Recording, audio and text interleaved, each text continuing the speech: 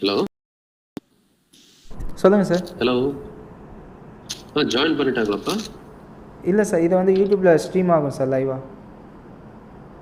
ஓ அப்படியா, சரி. One second. Yeah, start பண்ணலாமா? ஹலோ. எஸ் சார், நீங்கள் ஸ்டார்ட் பண்ணலாம் சார். எந்த பிரேக் இல்லைல்லப்பா? ஸ்டார்ட் பண்ணிட்டா கரெக்டாக அதில் வந்து ஃப்ளக்ஸ் இதுவாக போயிடல, அதுக்காக தான் கேட்குறேன். டெக்னிக்கல் கிளிச்சஸ் எதுவும் இல்லைல்ல? போயிட்டுருக்கு.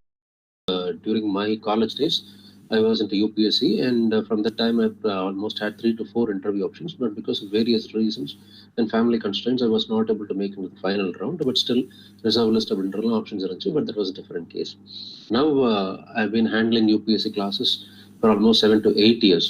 And my areas of interest, almost for any UPSC aspirant who is to the level of interview, will have an hands-on in every subject.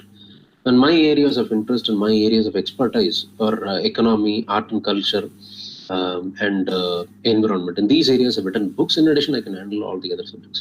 And today, we are going to see about Indian economy in UPSC, and another topic in addition, how the economy is in UPSC examinations. We will see into that. And in addition, an important topic of economy, monetary policy. We'll see one level of the monetary policy today, if possible, because this class is an introduction class, and I cannot give any assurance on how the class is going to be structured. I want to give information about how the UPSC economy, monetary policy. We'll see one level of the monetary policy today, if possible, because this class is an introduction class, and I cannot give any assurance on how the class is going to be structured. I want to give information about how the UPSC economy is all about, and then what are the strategies, methods you need to use, and basically understanding an economy, because economy அப்படினால நம்ம பசங்களுக்கு ஒரு பெரிய பயம். But they feel it is one of the tougher subject. Of course, it is a tougher subject.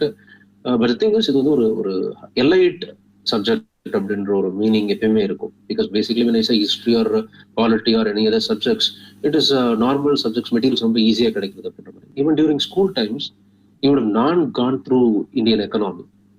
So இப்போ economy அப்படின்னு சொல்லக்குள்ள எல்லாருக்குமே ஒரு பெரிய பயம் இருக்கும். And that is why I'm saying leave those fears outside of this class. நம்ம economy அப்படின்றது ரொம்ப ரொம்ப சிம்பிளான சயின்ஸ். யூபிஎஸ்சியில் ரொம்ப இன்ட்ரெஸ்டிங்கான சப்ஜெக்ட் இருக்கும் அப்படின்னா அது எக்கனாமியை சொல்ல முடியும். ஏன்னா because everyday's government functions, everyday's actions, everyday's perspectives. இதுக்காக நீங்கள் எதுக்கு ஒரு ஐஏஎஸ் ஆகுறீங்க? country develop பண்ணணும். And what is meaning of development today? It's socio-economic development. And economic development has reached far more the level of economic. I mean, socio-economic development. அதுல இருந்து trickle down ஆகி தான் சோஷியல் பெனிஃபிட்ஸ் அப்படின்ற மாதிரி வர மாதிரி situation இப்போ கண்ட்ரில ப்ரிவேலண்ட் ஆக ஆரம்பிச்சு. Almost it's for every country. Because earlier they used to say societal setup is important. இந்த கம்யூனிஸ்ட் கேபிட்டலிஸ்ட் டிவைட் இருந்தப்பெல்லாம் it was that way. Now economical development, no matter whether it is a communist based ideology country or capitalist based ideology country, economic development நல்லா இருந்துச்சு அப்படின்னா society will develop, will move to the next level on its own அப்படின்ற ஒரு idea. And of course you can find this happening in India itself. இப்போ green ரெவல்யூஷன்ல ஒரு economical policy, அந்த economical system output நடந்தப்ப நிறைய இடத்துல ஏழைகள், பர்டிகுலரா வந்து அந்த மாடு மேய்ச்சிட்டு இருந்தவங்க அப்படின்றவங்கலாம் ஒரு நெக்ஸ்ட் லெவலுக்கு மூவ் ஆரம்பிச்சாங்க. During the white revolution, companion of green revolution, பால் உற்பத்தி ரொம்ப அதிகமா இருந்துச்சு. அதனால அவங்களுடைய எக்கனாமிக் ஸ்டேட்டஸ் அந்த வில்லேஜ் இன்க்ரீஸ்ட். எக்கனாமிக் ஸ்டேட்டஸ் அவங்களுடைய வில்லேஜ் இன்க்ரீஸ் ஆனதுனால ஒரு கோயில் திருவிழாவுக்கு, ஊர்ல ஒரு முக்கியமான விஷயத்துக்கு எதுக்காச்சும் ஒண்ணுன்னா தேவர் த ஃபர்ஸ்ட் டொனேட்டர்ஸ். ஸோ அதனால அந்த டொனேட்டர்ஸ் இல்லாம அந்த ஆக்டிவிட்டி இல்லைன்ற ஒரு சிச்சுவேஷன் போக்குள்ள their social standing or the social hierarchy increased. So this you can understand how economy impacts on the other level of life. So அதனால தான் எக்கனாமி வந்து ஒரு அட்மினிஸ்ட்ரேட்டருக்கு important. You need to know what is a problem, because most of the problems of this country, of an area, are connected to the economical activity. ஒருத்தருக்கு ஒரு வேலை இருந்துச்சுன்னா ஒரு தப்பான காரியங்கள் செய்ய போறது இல்லைன்றதான் basic understanding. So as an IAS, if you're going to be solving the problems of this country, you need to know economy out and out. And economy is a very interesting subject because அது ஒரு scientific touch, ஒரு logic இருக்கும். If you say பாலிட்டியோ இல்லை என்விரான்மெண்ட்டோ இல்லை வந்து ஹிஸ்ட்ரியோ இந்த மாதிரி subjects எடுத்தீங்க அப்படின்னா, ஆர்ட் அண்ட் கல்ச்சர் மாதிரி சப்ஜெக்ட்ஸ் எடுத்தீங்கன்னா, what is the cause and consequence, இது ஏன் நடந்துச்சு, what is the logic behind it, இந்த ஆக்டிவிட்டிக்கு என்ன ரீசன் தெரியவே தெரியாது. நடக்கணும்னு நடந்துருச்சு, அவ்வளவுதான். But that is not the case with economy. You can say இப்படி இருந்துச்சுன்னா இப்படி தான் நடக்கும், இப்படி இருந்துச்சுன்னா இப்படி தான் நடக்கும். When COVID happened, the economy will fall down. Everybody knew it. And after the COVID pandemic is over, a rush can be seen in the economical sectors. இந்த மாதிரி ஒரு லாஜிக்கலான ஒரு சப்ஜெக்ட். அண்ட் எவ்ரி திங் பேசிக்கா நம்ம வாங்குற பொருள்ல இருந்து விற்கிற பொருள் இருந்து நம்ம வீட்டுல பேரண்ட்ஸ் அம்மா எல்லாம் பண்ற விஷயங்களே இன்னைக்கு எக்கனாமிக்கு ஒரு அங்கிருந்து நீங்க புரிஞ்சுக்கலாம் நாட்டுல என்ன பண்றாங்க அப்படின்றத வீட்டுல புரிஞ்சுக்கலாம். So that is about economic. So I just want you to leave the fear that this is an elite subject. இது ரொம்ப கஷ்டமான சப்ஜெக்டா இருக்கும், இது கொஞ்சம் வந்து கான்செப்ட் லெவல்ல போக வேண்டிய சப்ஜெக்டா இருக்கும் அப்படின்ற ஒரு பயத்தை விட்டுருங்க. Because I will make it a easy subject for you. Okay, so with that we'll start. And today what we are going to do in economy is Indian economy introduction, both as a concept and study as well as அது யூபிஎஸ்சில எப்படி இருக்கு அப்படின்ற ஒரு angle. both the ways we will see the subject, and also an additional monetary policy ஓட part 1 அப்படின்ற மாதிரி பார்ப்போம். Okay, so Indian economy in UPSC last 10 years prelims la இந்த மாதிரி தான் questions இருந்துச்சு. 2019 19 questions, 2010 34 questions, 2011 18 questions, 2012 13 questions, 13 18 questions, 2014 10 questions, 15 23 questions, 16 32 questions, one of the highest numbers on the time. 17 22 questions, 18 20 questions, 19 21 questions. Even recently இப்ப நடந்த October யூபிஎஸ்சில கூட almost 16 to 18 questions we had in economy area. அங்க கூட ஒரு question hundi அப்படின்னு சொல்லிட்டு ஆப்ஷன்லாம் கொடுத்தாங்க. Trivial question actually.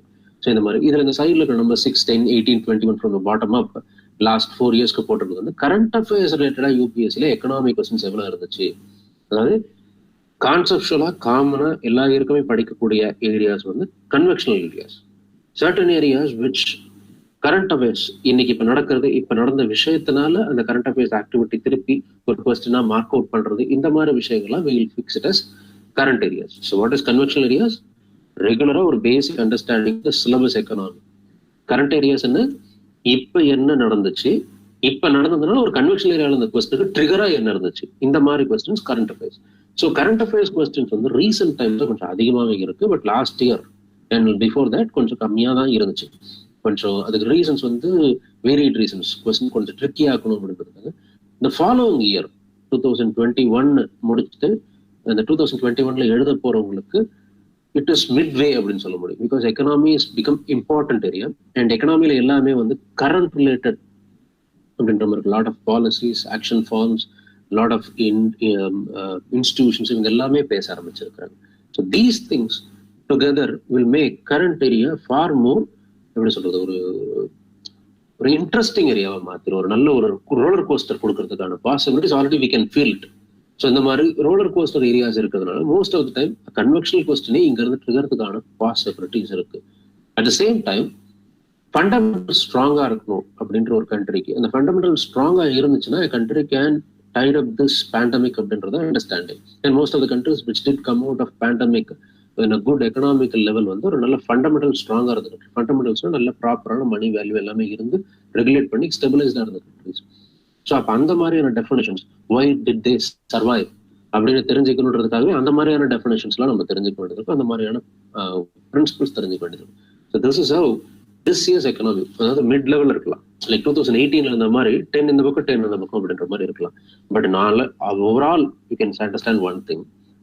Of the 100 questions UPSC ப்ரிலிம்ஸ்ல கேட்கறாங்க அப்படின்னா அதுல 25% ஃபார் ஷுவர், 20% டெஃபினட்டா இஸ் இன் தி எக்கனாமி. அதாவது 5% ஒரு கொஸ்டின் எக்கனாமில இருக்கிறதுக்கான பாசிபிலிட்டி ரொம்பவே அதிகமா இருக்கு. And it has on average it's proved its point. There is 20 questions in 100 questions. So 20% of the syllabus orientations. So almost உங்களுக்கு வந்து 50% மார்க் கிராஸ் பண்ணீங்கனாலே நீங்க கிளியர் பண்ணிடுவீங்க prelims. So economy can very big booster. அதுவும் மொனட்டானஸா படிக்கிற மற்ற சப்ஜெக்ட்ஸை தாண்டி economy can be far more interesting subject. Okay, so நான் நெக்ஸ்ட் எங்கெங்கெல்லாம் அந்த கொஸ்டின்ஸ் கேட்டாங்க அப்படின்ட்டு the last 10 years ஆவரேஜில் இந்த மாதிரி பிரிச்சேன்.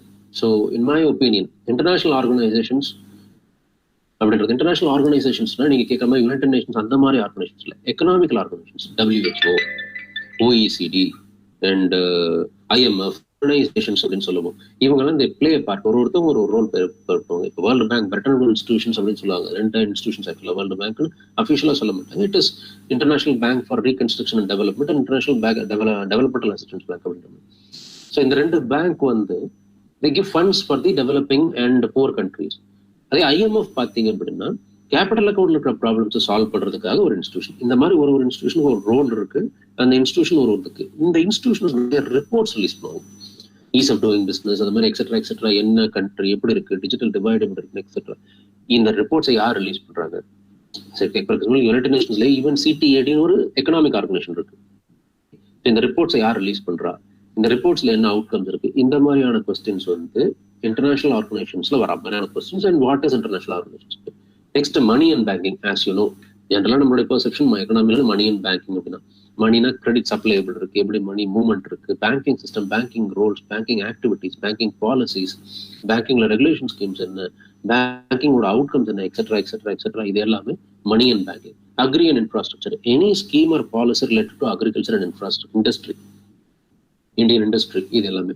நெக்ஸ்ட் இன்ஃபிளேஷன், அன்எம்ப்ளாய்மெண்ட், பாவர்ட்டி, இது ஒரு பேக்கேஜ். பப்ளிக் ஃபினான்ஸ்னா சென்ட்ரல் கவர்மெண்ட்ல இருந்து ஃபண்ட்ஸ் வரது இல்லாம தேர் ஆர் பிகர் இன்ஸ்டிடியூஷன்ஸ், ஐஎஃப்சிஏ, அந்த மாதிரி நிறைய இன்ஸ்டிடியூஷன்ஸ் இருக்கு. சிட்பி, ஐடிபிஐ, ஐசிஐசிஐ, இதெல்லாம் ஒரு ஃபினான்ஷியல் இன்ஸ்டிடியூஷனா ஸ்டார்ட் ஆகி இன்னைக்கு வந்து மானிட்டரி சப்ளைல இருக்கிறாங்க. அந்த மாதிரி பப்ளிக் ஃபினான்ஸ், அந்த மாதிரி விஷயங்கள். Financial market which includes the capital market, stock market, இந்த மாதிரி விஷயங்கள். எக்ஸ்டர்னல் செக்டர்ஸ், இந்தியாவோட relations with regard to other கண்ட்ரீஸ்ல என்னென்ன பிளே இருக்கு. டேக் ஃபார் எக்ஸாம்பிள் இந்த ஆயில் எப்படி இருக்கும், பிரெண்ட் க்ரூட் ஆயில்னா என்ன, வாட் இஸ் ஸ்வீட் ஆயில், இந்த மாதிரியான economy related certain external factors connected இருக்கிற questions. Next is planning in India. Planning commission என்னதான் இப்போ அபாலிஷ் ஆயிட்டு அது வந்து அந்த பிளேஸ்ல நித்தியாவுக்கு இருந்தாலும் it also includes finance commission. அதாவது ஒரு ஹரிசாண்டல் டெவல்யூஷனை மட்டும்தான் வந்து பிளானிங் கமிஷன் பார்த்துட்டு இருந்துச்சு. வெர்டிகல் டெவல்யூஷன், ஒரு ஸ்டேட்டுக்கு எவ்வளவு போகணும் அப்படின்ற மாதிரி அந்த மணி இது டிரான்ஸ்பரை வந்து பார்த்துட்டு இருந்தது finance commission. They are doing it. So இந்த ஃபினான்ஸ் கமிஷனுடைய ரோல் பிளே என்ன, அவங்களுடைய அப்ஜெக்டிவ்ஸ் என்ன, இந்த மாதிரி etcetera things will come in planning in India. Next is national income. National income அப்படின்னு ஜிடிபி, ஜிஎன்பி, இந்த நம்பர்ஸ், இண்டிகேட்டர்ஸ், ஃபார்முலேட்டர்ஸ் எக்ஸெட்ரா நிறைய இருக்கு. ஜிவிஏ எக்ஸெட்ரா அந்த மாதிரி நிறைய நம்பர்ஸ், நார்மல் இண்டிகேட்டர்ஸ் இருக்கு. இதெல்லாம் வந்து can be classified into two kinds of indicators. ஒன்னு வந்து growth indicators, இன்னொரு developmental indicators. growthனா வளர்ச்சி, அஃப்கோர்ஸ் ரெண்டுமே வளர்ச்சி தான். பட் growth அப்படின்றது வந்து ஒரு வெர்டிகல் ரைஸ். இப்ப இந்தியாவில வந்து அம்பானி மட்டும் வளர்ந்தா கூட இந்தியாவோட எக்கனாமி பெருசா வளர்ந்துட்டு இருக்கிற மாதிரி தான் இருக்கும். இந்த ரூம்ல ஒரு 100 பேர் இருக்கிறாங்க, 100 பேர்ல ஒருத்தவங்கிட்ட மட்டும் 1 லட்ச ரூபாய் இருந்துச்சுன்னா இந்த ரூமோட அக்ரிகேட் அமௌண்ட் வந்து 1 லட்ச ரூபாய் அப்படின்னு சொல்லலாம் நம்ம. பட் அப்ப மீதி இருக்கிற 99 பேருக்கும் ஒண்ணுமே இல்ல. ஸோ தட் வே growth அப்படின்றது ஒரு பர்டிகுலர், டெவலப்மெண்ட்ன்றது எல்லாருடைய பொது வளர்ச்சி. ஸோ இந்த மாதிரி கிளாஸிஃபை பண்ணிக்கலாம் நம்மளுக்குள்ள indicators. Of course this not an official classification, but this way you can classify and understand properly. இந்த growth இண்டிகேட்டர்ஸ்ல வந்து GDP, GNB, NDB, GNB, GVA etcetera இந்த மாதிரியான இண்டிகேட்டர்ஸ் எக்கனாமிக்கல் வளர்ச்சி, பொருளாதார வளர்ச்சியை மட்டும் குறிக்கக்கூடிய விஷயங்கள் இருக்கும். இந்த பக்கம் டெவலப்மெண்ட்ல அப்படின்னு பாத்தீங்கன்னா ஹியூமன் டெவலப்மெண்டல் இண்டெக்ஸ், மனித வள மேம்பாடு. தனிப்பட்ட முறையில் ஒருத்தருக்கு வீடு இருக்கா, ரோடு போட்டிருக்கோமா, படிப்பு கொடுத்துருக்கோமா, சிரிக்கிறாங்களா, லைஃப் எப்படி இருக்கு, எக்ஸெட்ரா இந்த மாதிரியான மனிதனுடைய மேம்பாடு, அவருடைய தகுதி அடுத்த லெவலுக்கு போதா. இதுவரை அவங்க அப்பா 50 வருஷம் உயிரோடு இருந்தாரு, இவர் 65 வருஷம் இருக்காரு அப்படின்னா மருத்துவ வசதி இந்தியாவில் நல்லா இருக்கு. இந்த மாதிரியான இண்டிகேட்டர்ஸ் சொல்றதுதான் டெவலப்மெண்ட். இதுக்காக நிறைய இண்டிகேட்டர்ஸ் இருக்கு. And these two are equally important. இந்த ரெண்டு இண்டிகேட்டர்ஸ் மத்தியில் இந்த மாதிரி இண்டிகேட்டர்ஸை பத்தி பேசுறது national income and miscellaneous topics. So இதுல எவ்வளவு கொஸ்டின்ஸ் வந்திருக்கு லாஸ்ட் 10 இயர்ஸ்ல அப்படிதான் இப்படிதான் வந்திருக்கு. இன்டர்நேஷனல் ஆர்கனைசேஷன்ஸ்ல 43 கொஸ்டின்ஸ் வந்திருக்கு last 10 year aggregate I'm saying about. Money and பேங்கிங்ல 39 கொஸ்டின்ஸ், அக்ரி அண்ட் இண்டஸ்ட்ரியில 29, inflation, unemployment, poverty, definitions of poverty நிறைய வெரியடா இருக்கு. There is no universal definition of poverty, அதுக்கே 29.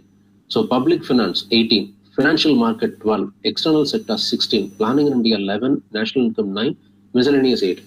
இந்த கொஸ்டின்ஸ் எல்லாமே வந்து இது என்னோட அண்டர்ஸ்டாண்டிங்ல ஐ placed it in the concerned topics. This may vary, because somebody who feel that public ஃபினான்ஸ்க்கும் இன்ஃபிளேஷனுக்கும் கனெக்ட் இருக்கு, இல்லை பேங்கிங்கும் கனெக்ட் இருக்குன்னா they will put it in a different idea.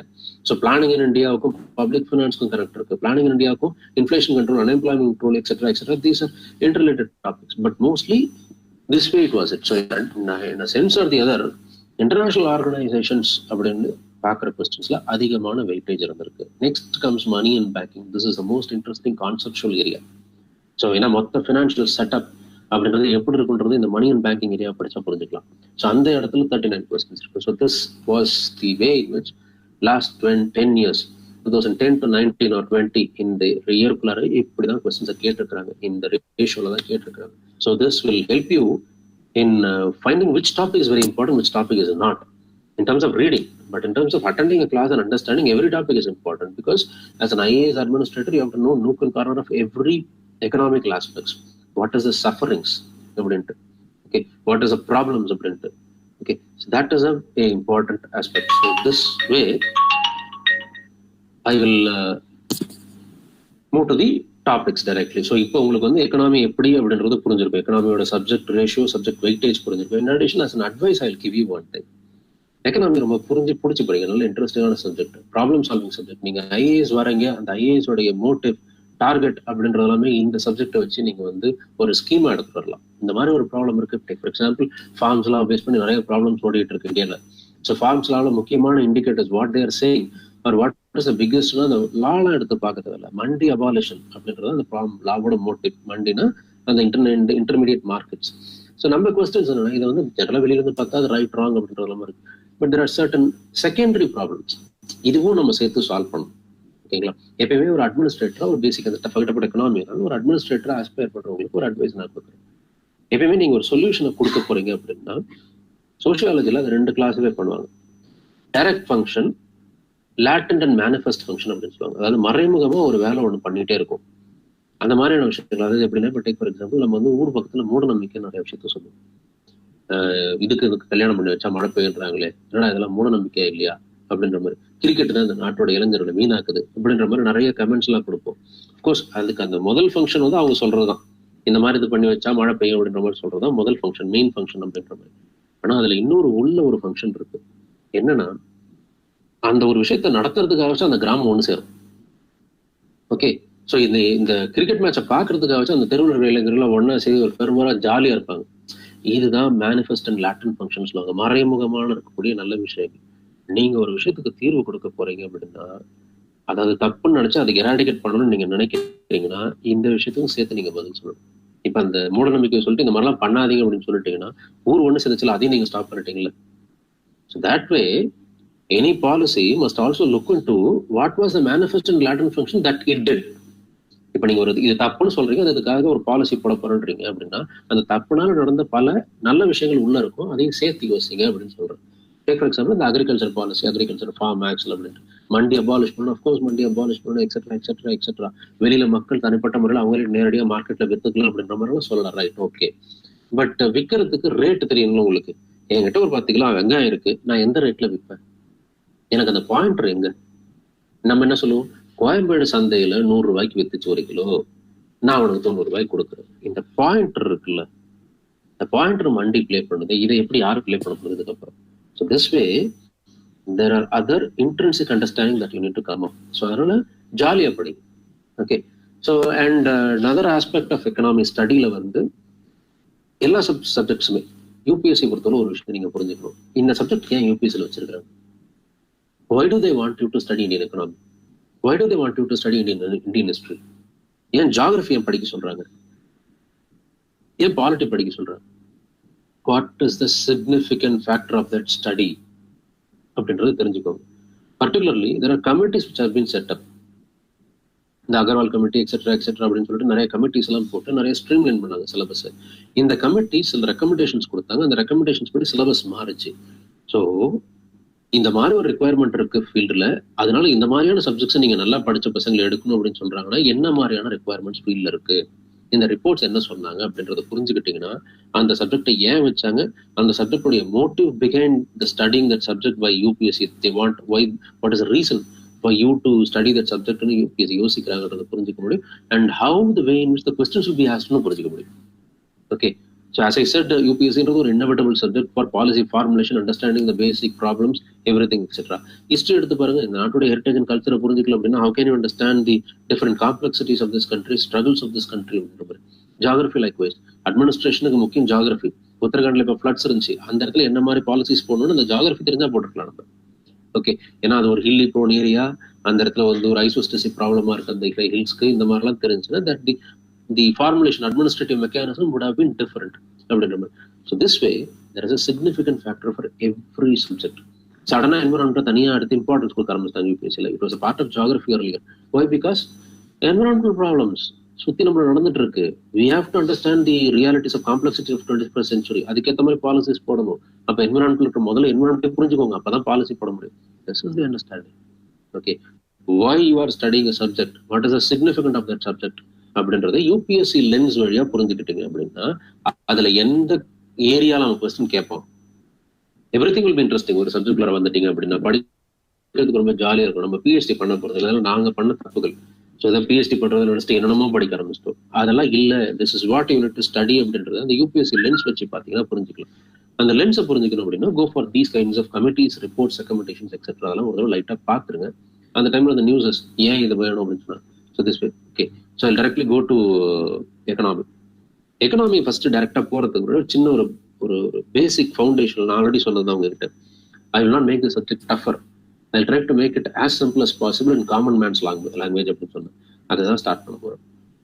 Of course இந்த இந்த டிமாண்ட் சப்ளை சைக்கிள் அப்படின்னு சொல்றது இந்த எக்கனாமி மொத்தமாவே ஒருத்தருக்கு தேவை இருக்கு, ஒருத்தருக்கு வந்து பொருள் இருக்கு. இவங்க ரெண்டு பேரையும் கனெக்ட் பண்ணி அதுக்கேற்ற மாதிரி மணி சப்ளை மாற்றி மேனிபுலேட் பண்றது இந்த economy as it is.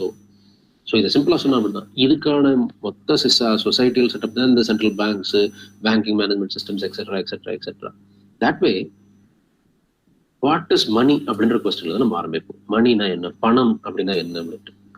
Like so first இந்த பணம் அப்படின்றது ஒண்ணுமே கிடையாது. சால்ட் அப்படின்றதுல தான் ட்ரேட் பண்ணிட்டு இருந்தாங்க. அதாவது ஒருத்தருக்கு வந்து ஒரு கிங்குக்கு வேலை செஞ்சாருன்னா அவருக்கு வந்து சால்ட்டா கொடுத்துருவாங்க, உப்பா கொடுத்துருவாங்க. அவர் போய் அந்த சால்ட்டுக்கு ஏற்ற மாதிரி வாங்கிப்பாரு பொருள். இதுதான் சேலரி அப்படின்ற வேர்டுக்கு பேக் பிஹைண்ட். அதுக்கு முன்னாடி எல்லாம் பாத்தீங்கன்னா பார்ட்டர் சிஸ்டம். என்கிட்ட 1 கிலோ பஞ்சு இருக்கு, இன்னொருத்தர்கிட்ட என்ன பொருள் இருக்கோ I just exchange the goods. So this way the exchange was happening. இதுல என்ன ப்ராப்ளம் அப்படின்னா இந்த ஈக்குவாலிட்டி ஆஃப் ட்ரேட் இருக்காது. எப்போ 1 கிலோ கோல்டு 1 கிலோ பஞ்சு ஈக்குவலா அப்படின்ற மாதிரி கொஸ்டின்ஸ்லாம் வரும். ஸோ இதெல்லாம் அவாய்ட் பண்றதுக்காக then the went for the next mechanism. அதுதான் இந்த சால்ட் பேஸ் பண்ணி. அதாவது எல்லா பொருளையும் சால்ட் காமிச்சு வாங்கிக்கலாம். நீங்க பஞ்சு வாங்குறவங்களும் ஒரு கிலோ சால்ட் கொடுங்க, நீங்க வந்து கோல்டு வாங்குறோம்னா ஒரு 10 கிலோ சால்ட் கொடுங்க. அந்த மாதிரி ஒரு இண்டிகேட்டர் மாதிரி இருந்துச்சு. So this was also problematic because சால்ட்டோடைய ப்ரெவலன்ஸ் கொஞ்சம் கம்மியா இருக்கும், சீசனல் வேரியேஷன்ஸ் இருக்கும், சீசனெல்லாம் ப்ராப்ளம் இருக்கலாம், வெளியில் எடுத்துட்டு போகல கரைஞ்சி படல, அந்த மாதிரி ப்ராப்ளம்ஸ் இருக்கலாம். ஸோ இப்போ ஒரு டிஃபரன்ஸ் நமக்கு ஆரம்பிச்சது. கோல்டு மெட்டல் பேஸ்டு மணி வர ஆரம்பிக்குது.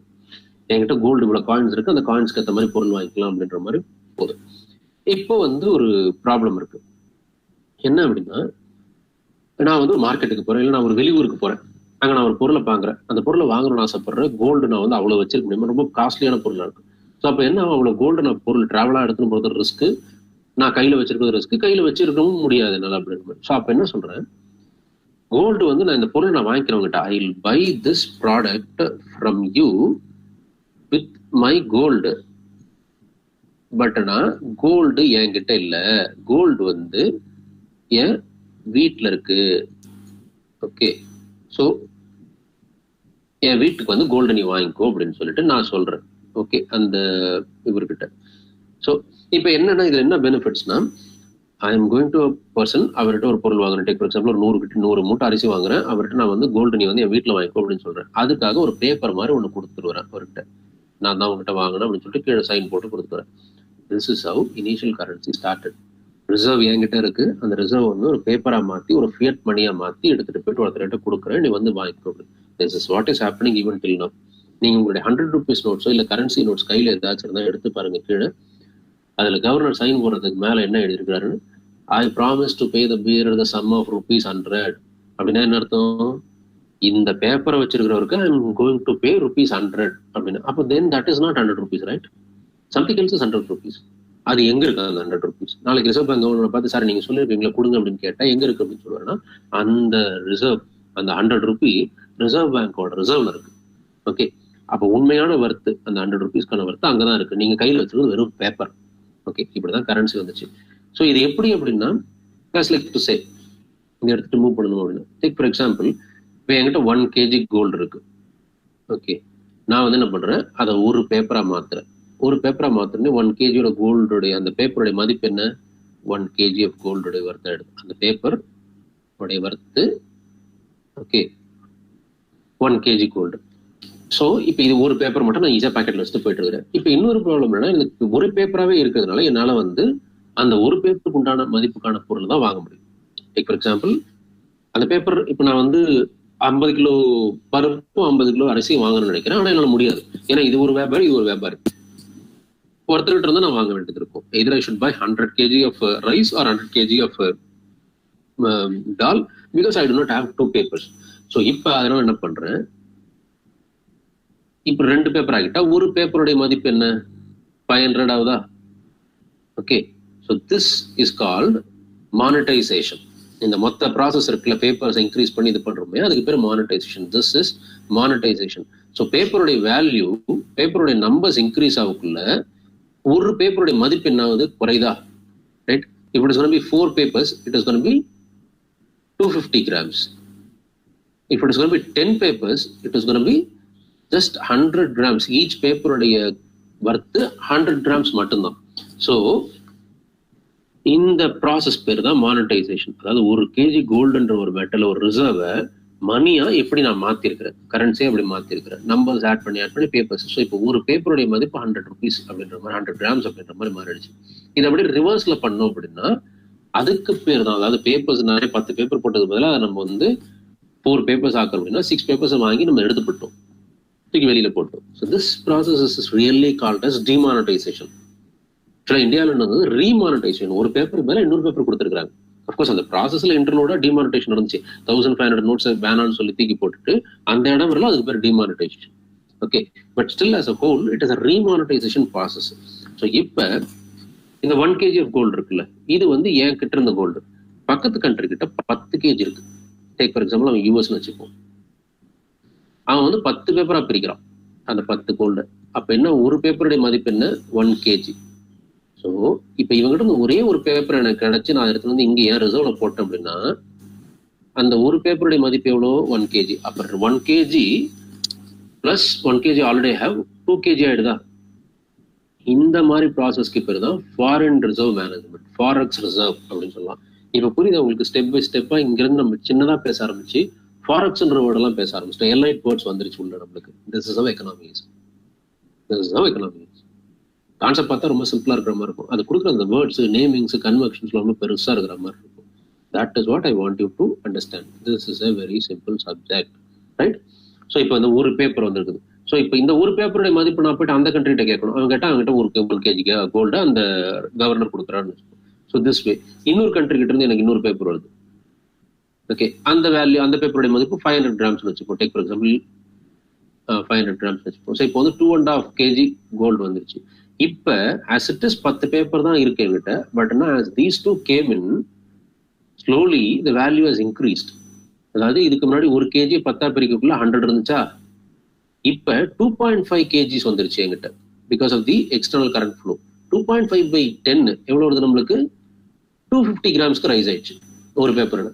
ஸோ இந்த மாதிரி வெளியில வர ஃபாரெக்ஸ் இன்ஃப்ளோனால நம்மளுடைய கரன்சி வேல்யூ சேஞ்ச் ஆகுதே, இதுக்கு பேர் தான் வேல்யூவேஷன். ஸோ டாலருக்கு நிகரான இந்திய ரூபாயின் மதிப்பு கூடுச்சு குறைஞ்சிச்சு அப்படின்ற மாதிரி. ஸோ இது எப்படி அப்படின்னா, இப்போ இங்க வந்து இது டாலர்னு கன்சிடர் பண்ணிப்போம். 10 kg கோல்டு வச்சிருந்த கண்ட்ரி ஃபார்ம் பண்ண கரன்சிக்கு பேரு டாலர்னு கன்சிடர் பண்ணிப்போம். ஸோ ஒரு டாலர் எவ்வளோ, 1 kg ஆஃப் கோல்டு. நம்ம வச்சிருந்த கரன்சியோடைய இனிஷியலா இருந்தது, இந்த பார்ட்ல மட்டும் இனிஷியலா இருந்ததுக்கு 1 kg by 10 கரன்சி 10 அப்படின்னா நம்மளுக்கு வந்து ஒரு பேப்பர், நம்மளுடைய ஒரு பேப்பர் எவ்வளோ, வெறும் 100 grams. ஓகே, ஸோ அப்ப இந்த ஒரு டாலர் நான் வாங்கணும் அப்படின்னா நான் இந்த மாதிரி எத்தனை கொடுக்கணும், 10 notes கொடுக்கணுமா? ஓகே, 10 notes கொடுத்தா தானே, ஏன்னா 1 kg 100 grams. ஸோ இந்த வேல்யூ இதுதான் வந்து கரன்சி கன்வர்ஷன்ஸ் எப்படின்ட்டு. ஸோ பார்த்தீங்கன்னா ஒரு டாலருக்கு நிகரான இந்திய ரூபாயின் மதிப்பு, ஆர் எப்படி சொல்றது, ஆமா, ஒரு டாலருக்கு நிகரான இந்திய ரூபாயின் மதிப்பு 10 rupees அப்படின்ற மாதிரி ஹைப்போதெட்டிக்கலா சொல்றேன். புரியுது உங்களுக்கு எப்படி வந்து அந்த கன்வர்ஷன்ஸ் இதெல்லாம் வந்து. இதுதான் பேசிக்கா ஃபாரெக்ஸ். நம்ம ஜென்ரலா சாதாரணமா ஆரம்பிச்சு மணினா என்ன அப்படின்னு உப்புல பேச ஆரம்பிச்சு எங்கேயோ போயிட்டு, இதுதான் economy. This is not directly in to the subject. இந்த இப்போ நம்ம பேசுன கன்வர்ஷன்ஸ் எக்ஸெட்ரா டைரக்டா சப்ஜெக்ட்ல இல்லை. பட் எதுக்கு நான் இதை பேசணும் அப்படின்னா, எப்படி எக்கனாமி போகும் கிளாஸ் அப்படின்றது நீங்க புரிஞ்சுக்கணும். It's a basic concept with some elite technical jargons, அவ்வளவுதான் கான்செப்ட் அப்படின்றது. So now I will directly go to a topic. என்னன்னா மானிட்டரி பாலிசி. அந்த மானிட்டரி பாலிசி பத்தி பேசுறதுக்கு முன்னாடி இந்தியன் ஃபினான்ஷியல் சிஸ்டம் அப்படின்ற பத்தி ஒரு சின்ன பேசிக் டெஃபினேஷன் கொடுத்துறேன். அதுக்கப்புறம் நம்ம மானிட்டரி பாலிசினா என்ன அப்படின்ற மாதிரி பேச ஆரம்பிச்சிடும். ஐ திங்க் இது வரலும் உங்களுக்கு புரிஞ்சிருக்கும்னு நினைக்கிறேன் எப்படி கனெக்டா. இதுக்கப்புறம் தான் மட்டும் சப்ஜெக்ட்டுக்கு போக போறோம். Okay, so Indian financial system, அதாவது ஒரு ஜென்ரலா ஒரு ஃபினான்ஷியல் சிஸ்டம் அப்படின்னாலே லெண்டிங் பாரோவிங். என்கிட்ட காசு இருக்கு, ஒருத்தர் என்கிட்ட இருந்து வாங்குறாரு, நான் வந்து பாரோ பண்றேன், இல்லை நான் கொடுக்குறேன், கொடுத்து வாங்குறது. இதுதான் ஃபினான்ஷியல் சிஸ்டம், இதுதான் மொத்த ஃபினான்ஸ். இதுதான் இதை பேஸ் பண்ணி தான் எல்லா எக்கனாமிக் ஆக்டிவிட்டி. நீங்க அந்த லெண்டிங் பாரோவிங் எதுக்கு வேணாலும் பண்ணலாம். வீடு வாங்குறதுக்காக பண்ணலாம், வீடு வாங்கணும், இன்னொருத்தர் அந்த கடன் வாங்கிக்கலாம், etcetera etcetera etcetera that goes on. But lending borrowing அப்படின்றது தான் financial systems. So Indian financial சிஸ்டம்ஸ்ன்றது ஜென்ரலாக ஃபினான்ஷியல் சிஸ்டமும் ரெண்டா பிரிக்கலாம். Money market, capital market. அதாவது நான் பணம் கொடுக்குறேன், இல்லை நான் பணம் வாங்குறேன். இந்த ரெண்டு ஆக்டிவிட்டி தான் what is it call financial system. Either you are lending or borrowing. நீங்க வந்து கொடுக்குறீங்க இல்ல வாங்குறீங்க. ஓகே, இந்த ரெண்டு விஷயத்துல ஏதாச்சும் ஒண்ணு நடக்குதா ஃபினான்ஷியல் சிஸ்டம்ஸ். இதுதான் மொத்த எக்கனாமியில நடக்கிறது. அந்த மாதிரி விஷயத்தை பேஸ் பண்ணி, கொடுக்கறதையும் வாங்குறதையும் பேஸ் பண்ணி மார்க்கெட்டை ரெண்டா பிரிக்கலாம். ஓகே, இதுதான் மார்க்கெட். வெளியில போனீங்கன்னா கொடுக்குறீங்க இல்லை வாங்குறீங்க. இதை பேஸ் பண்ணி மார்க்கெட்டை ரெண்டா பிரிக்கலாம். அதை பேஸ் பண்ணி எப்படி மார்க்கெட்டை ரெண்டா பிரிக்கலாம் அப்படின்னா ஒரே ஒரு இதுதான். அதாவது நீங்க கொடுக்குற வாங்குற விஷயங்கள் எவ்வளவு டைம் பீரியடுக்குள்ளார நடக்குது அப்படின்றத பேஸ் பண்ணி. இப்ப நீங்க வந்து your lending and borrowing is for a short period of time அப்படின்னா அந்த மார்க்கெட்டுக்கு பேரு மணி மார்க்கெட். நீங்க லெண்டிங் பாரோவிங் வந்து கொஞ்சம் லாங்கர் ஆர் மிடில் டேர்ம் பீரியடுக்கு மேல பண்றீங்க அப்படின்னா அதுக்கு பேரு கேபிட்டல் மார்க்கெட். அதாவது நீங்க lending borrowing as per RBI if you are doing below 1 year, then it is called money market. Okay, if the same thing if you are going to be doing beyond 1 year, then it is called capital market. புரியுதா? நீங்க கடனும் கொடுத்து இல்ல கடனை வாங்குறீங்க, அந்த வாங்குற விற்கிற விஷயங்களை ஒரு வருஷத்துக்குள்ளார பண்றீங்க அப்படின்னா மணி மார்க்கெட். இது ஏன் இந்த மாதிரி பிரிக்கிறாங்க? ஒரு வருஷத்துக்கு கீழே ஒரு வருஷத்துக்கு மேலே அப்படின்னா, ஒரு வருஷத்துக்கு மேலன்னா கொஞ்சம் ஸ்டேபிள். நீங்க ஒருத்தர்கிட்ட கடன் கொடுக்குறீங்களோ இல்ல வாங்குறீங்களோ ஏதோ ஒண்ணு கொஞ்சம் நிதானமா இருக்கலாம். சோ ஒரு வருஷம் கழிச்சு தானே என்கிட்ட கடன் வாங்க திருப்பி கேட்க போறாரு அப்படின்னு சொல்லிட்டு நான் ஏதாச்சும் ஒரு முதலீடு பண்ணலாம். கரெக்டா? இப்ப நான் வந்து ஒரு லட்சம் ரூபாய் எடுத்துட்டு பாரோ பண்றேன், வாங்குறேன். வாங்கினது வந்து எப்பா தம்பி நீ ஒரு வருஷம் கழிச்சு கூட இல்ல 2 வருஷம் கழிச்சு கூட அப்படின்னு சொல்றாங்கன்னா ஏதோ பொருள் வாங்கி போட்டிருப்பேன், இல்ல வீடு கட்டியிருப்பேன், அந்த மாதிரி. ஸோ கேபிட்டல் எதனாச்சும் ஒன்று பண்ணலாம், உருப்படியா ஏதாச்சும் ஒரு பொருளா பண்ணலாம். இதே நான் வந்து ஒருத்தர்கிட்ட கடன் வாங்கினேன், அதே 1 லட்சம் ரூபாய் வாங்குறேன். அவர் என்ன சொல்றாரு, இப்ப 6 மாசத்துல எனக்கு காசு வேணும் அப்படின்னா அந்த காசு எப்ப வேணாலும் அவங்க என்கிட்ட கேட்பாங்கன்ற ஒரு இது இருக்கும், பதப்பதப்பு இருக்கும். அதனால பெருசா நான் வந்து ஒரு லாக் ஆகிற இன்வெஸ்ட்மெண்ட்ல நான் போட மாட்டேன். கரெக்டா? புரியுதுங்களா உங்களுக்கு? ஸோ மார்க்கெட்ல கேபிட்டல்ல ஒரு அசெட் மாதிரி ஒன்று கிரியேட் பண்ண முடியும். அந்த அசெட்டை கிரியேட் பண்ற விஷயங்கள் எல்லாமே பாரோவிங் லெண்டிங் எல்லாமே ஒரு வருஷத்துக்கு மேல நடந்தாதான் பண்ண முடியும். அதே ஒரு வருஷத்துக்கு கீழே நடக்கிற விஷயங்களை என்னால மார்க்கெட் பாரோவிங்ஸ் எதுவுமே இந்த அசெட் கிரியேஷன் எல்லாம் பண்ண முடியாது. சும்மா வீட்டு செலவு பார்த்துக்கலாம், வீட்டுல என்ன பண்ணலாம் அப்படின்ற மாதிரி பாத்துக்கலாம். ஓகே, புரியுதுங்களா உங்களுக்கு? இப்ப நான் இன்னைக்கு வந்து ஒரு 1 லட்ச ரூபாய் வாங்கி கோவிட் டைம்ல என் வீட்டுல இருக்கிற செலவெல்லாம் நான் பாத்துக்கலாம். ஆனா 1 லட்ச ரூபாய் வாங்கி நான் வீடு கட்ட போறேன் அப்படின்னு சொன்னா இப்ப எனக்கு பிரச்சனை அப்படின்னு திருப்பி அவங்க கேட்டாங்கன்னா ப்ராப்ளம் ஆடல. இங்கதான் டெஃபினேஷன். மணி மார்க்கெட்னா என்ன? லெண்டிங் பாரோவிங் 1 வருஷத்துக்கு கீழே பண்றோம் அப்படின்னா மணி மார்க்கெட். லெண்டிங் பாரோவிங் 1 வருஷத்துக்கு மேல பண்றோம் அப்படின்னா அது capital market. So money market is market for borrowing and lending in short term, deposit plus withdrawal of money. இது வந்து central banks, rural regional banks, banking இதுக்கு எல்லாமே சேர்ந்து பண்றதா money market. Capital market borrowing and lending in middle to long term. Okay, and as it is middle to long term, ஜென்ரலா ஒரு financial சிஸ்டம்ல இந்த 1 இயர்க்கு மேல பண்ற விஷயங்கள் எல்லாமே கொஞ்சம் அதிகமா இருக்கும். இப்ப நம்ம வந்து ஒரு பிசினஸ் ஆரம்பிக்கிறோம் அப்படின்னாலும் நம்ம 1 வருஷத்துக்குள்ளார நம்ம பண்ண போறது இல்லையா, ஒரு இன்வெஸ்ட்மெண்ட்டா போட போறோம். நம்ம அதை அந்த இன்வெஸ்ட்மெண்ட்டை பெருசா போடணும் அப்படின்றதுனால நம்ம என்ன சொல்லுவோம், பெருசா இன்வெஸ்ட் பண்ணுவோம். தைரியமா ஒரு ஆஃபீஸ் எடுப்போம், அந்த ஆஃபீஸ்க்கு இதெல்லாம் பண்ணுவோம் அப்படின்ற மாதிரி. So in a sense capital மார்க்கெட்ல பண்ணக்கூடிய இன்வெஸ்ட்மெண்ட் எப்பயுமே மணி மார்க்கெட்டோட அதிகமா இருக்கும். ஓகே, இன்வெஸ்ட்மெண்ட் இந்த capital market is greater. Okay, fine. So இப்போ உங்களுக்கு ஃபினான்ஷியல் சிஸ்டம் எப்படி பிரிக்கலாம்னு புரிஞ்சிருக்கும். Money market, capital market. Money மார்க்கெட்னா ரொம்ப ஃபாஸ்டா ஸ்பீடா மூடி நடக்கிற விஷயங்கள், போகும் வரும். அந்த சட்டு மட்டும் போயிட்டு வர்றதுனாலே நம்ம we cannot do anything very asset creation லெவல்ல பண்ண முடியாது. And it must be really 1 year below, அது money market. Something 1 year beyond இருக்கிறதுனால அசெட் கிரியேஷன் கொஞ்சம் லெத்தார்ஜிக்கா பண்ணலாம், ஸ்டேபிளா இருக்கும், அதெல்லாம் கேபிட்டல் மார்க்கெட். எப்படி ஃபினான்ஷியல் மார்க்கெட்டை பிரிக்கலாம். So now comes monetary policy. Monetary policy அப்படின்னா என்ன? Okay, first before understanding what is monetary policy, you need to understand 2 kinds of policy. அதாவது இந்த விஷயங்கள் எக்கனாமியில 2 kinds ஆஃப் பாலிசி சொல்லலாம். Fiscal policy, monetary policy. இது வந்து நிறைய இடத்துல நீங்க கேள்விப்படுவீங்க. இதையே ஒரு கொஸ்டின் யூபிஎஸ்சியில கேட்டிருக்காங்க, வாட் இஸ், இதுல எதெல்லாம் பிஸ்கல் பாலிசி அப்படின்ட்டு. பிஸ்கல் அப்படின்னு சொல்லக்குள்ள ஒரு விஷயம் என்னன்னா, எனி திங் டன் பை, பிஸ்கல்னா என்ன, anything done by the government, central government bureaucrats, central government appreciating personnels, central government பாலிசியில வரவங்க எல்லாரும் ஒரு கவர்மெண்ட் ஆர்டர் பாஸ் பண்ணி, ஒரு ஜியோ பாஸ் பண்ணி, ஒரு பை ஆர்டர் போட்டாலும் இது எல்லாமே பிஸ்கல் பாலிசி. டாக்ஸ் கலெக்ஷன்ல இருந்து எல்லாமே பிஸ்கல் பாலிசி. கவர்மெண்ட் நல்லா ஞாபகம் வச்சுக்கோங்க. பிஸ்கல் பாலிசினா government of India, state government, whatever it may be, இவங்க பண்றது. மானிட்டரி பாலிசின்றது ஆர்பிஐ பண்ணக்கூடிய எல்லா விஷயத்துக்கு பேரும் monetary policy. The control of banks and RBI activities, இதை பண்றது பேங்க் தான், ஆர்பிஐ தான். ஸோ ஆர்பிஐ பண்ணக்கூடிய விஷயங்கள், கவர்மெண்ட்டுடைய ஃபினான்ஷியல் மேனேஜ்மெண்ட்ல, இந்தியாவோட ஃபினான்ஷியல் மேனேஜ்மெண்ட்ல ஆர்பிஐ எதனாச்சும் ஒன்று சொல்லி பண்ணுச்சு அப்படின்னா அது மானிட்டரி பாலிசி. கவர்மெண்ட் பண்ணுச்சுன்னா fiscal policy. That's the definition. Okay, any actions taken by the government and economic control is called as fiscal policy. Budget அப்படின்றாலும் அது இன்வெஸ்ட்மெண்ட் தானே, இது எல்லாமே பிஸ்கல் பாலிசி. மானிட்டரி பாலிசின்றது any action taken by central bank, RBI, in money supply or control in money monetary policy. Okay, so money supply இல்லை control பண்றாங்க, எதுவாக இருந்தாலும் சரி, இது எல்லாமே any action taken by central RBI in money supply or control is monetary policy. Bank control, licensing, rate changes, etcetera. Okay, so now we'll move to RBI. Before going to understanding monetary policy in different dimensions, RBI பத்தி முதல்ல தெரிஞ்சுப்போம், because that is a doer of monetary policy, right? We have to know it. So regulatory body of Indian banking systems, இவங்க தான் எல்லா banks, no matter whatever kind of the banks, they are the regulatory bodies. Okay, bank வந்து ஜென்ரலா ரெண்டு angle பிரிக்கலாம். ஒன்னு scheduled banks, நான் scheduled banks. இது பேங்க் ஒர்க்ல நம்ம மறுபடியும் சொல்லணும், பட் ஜஸ்ட் இப்போ ஒரு லிஸ்டா கொடுத்துறேன்.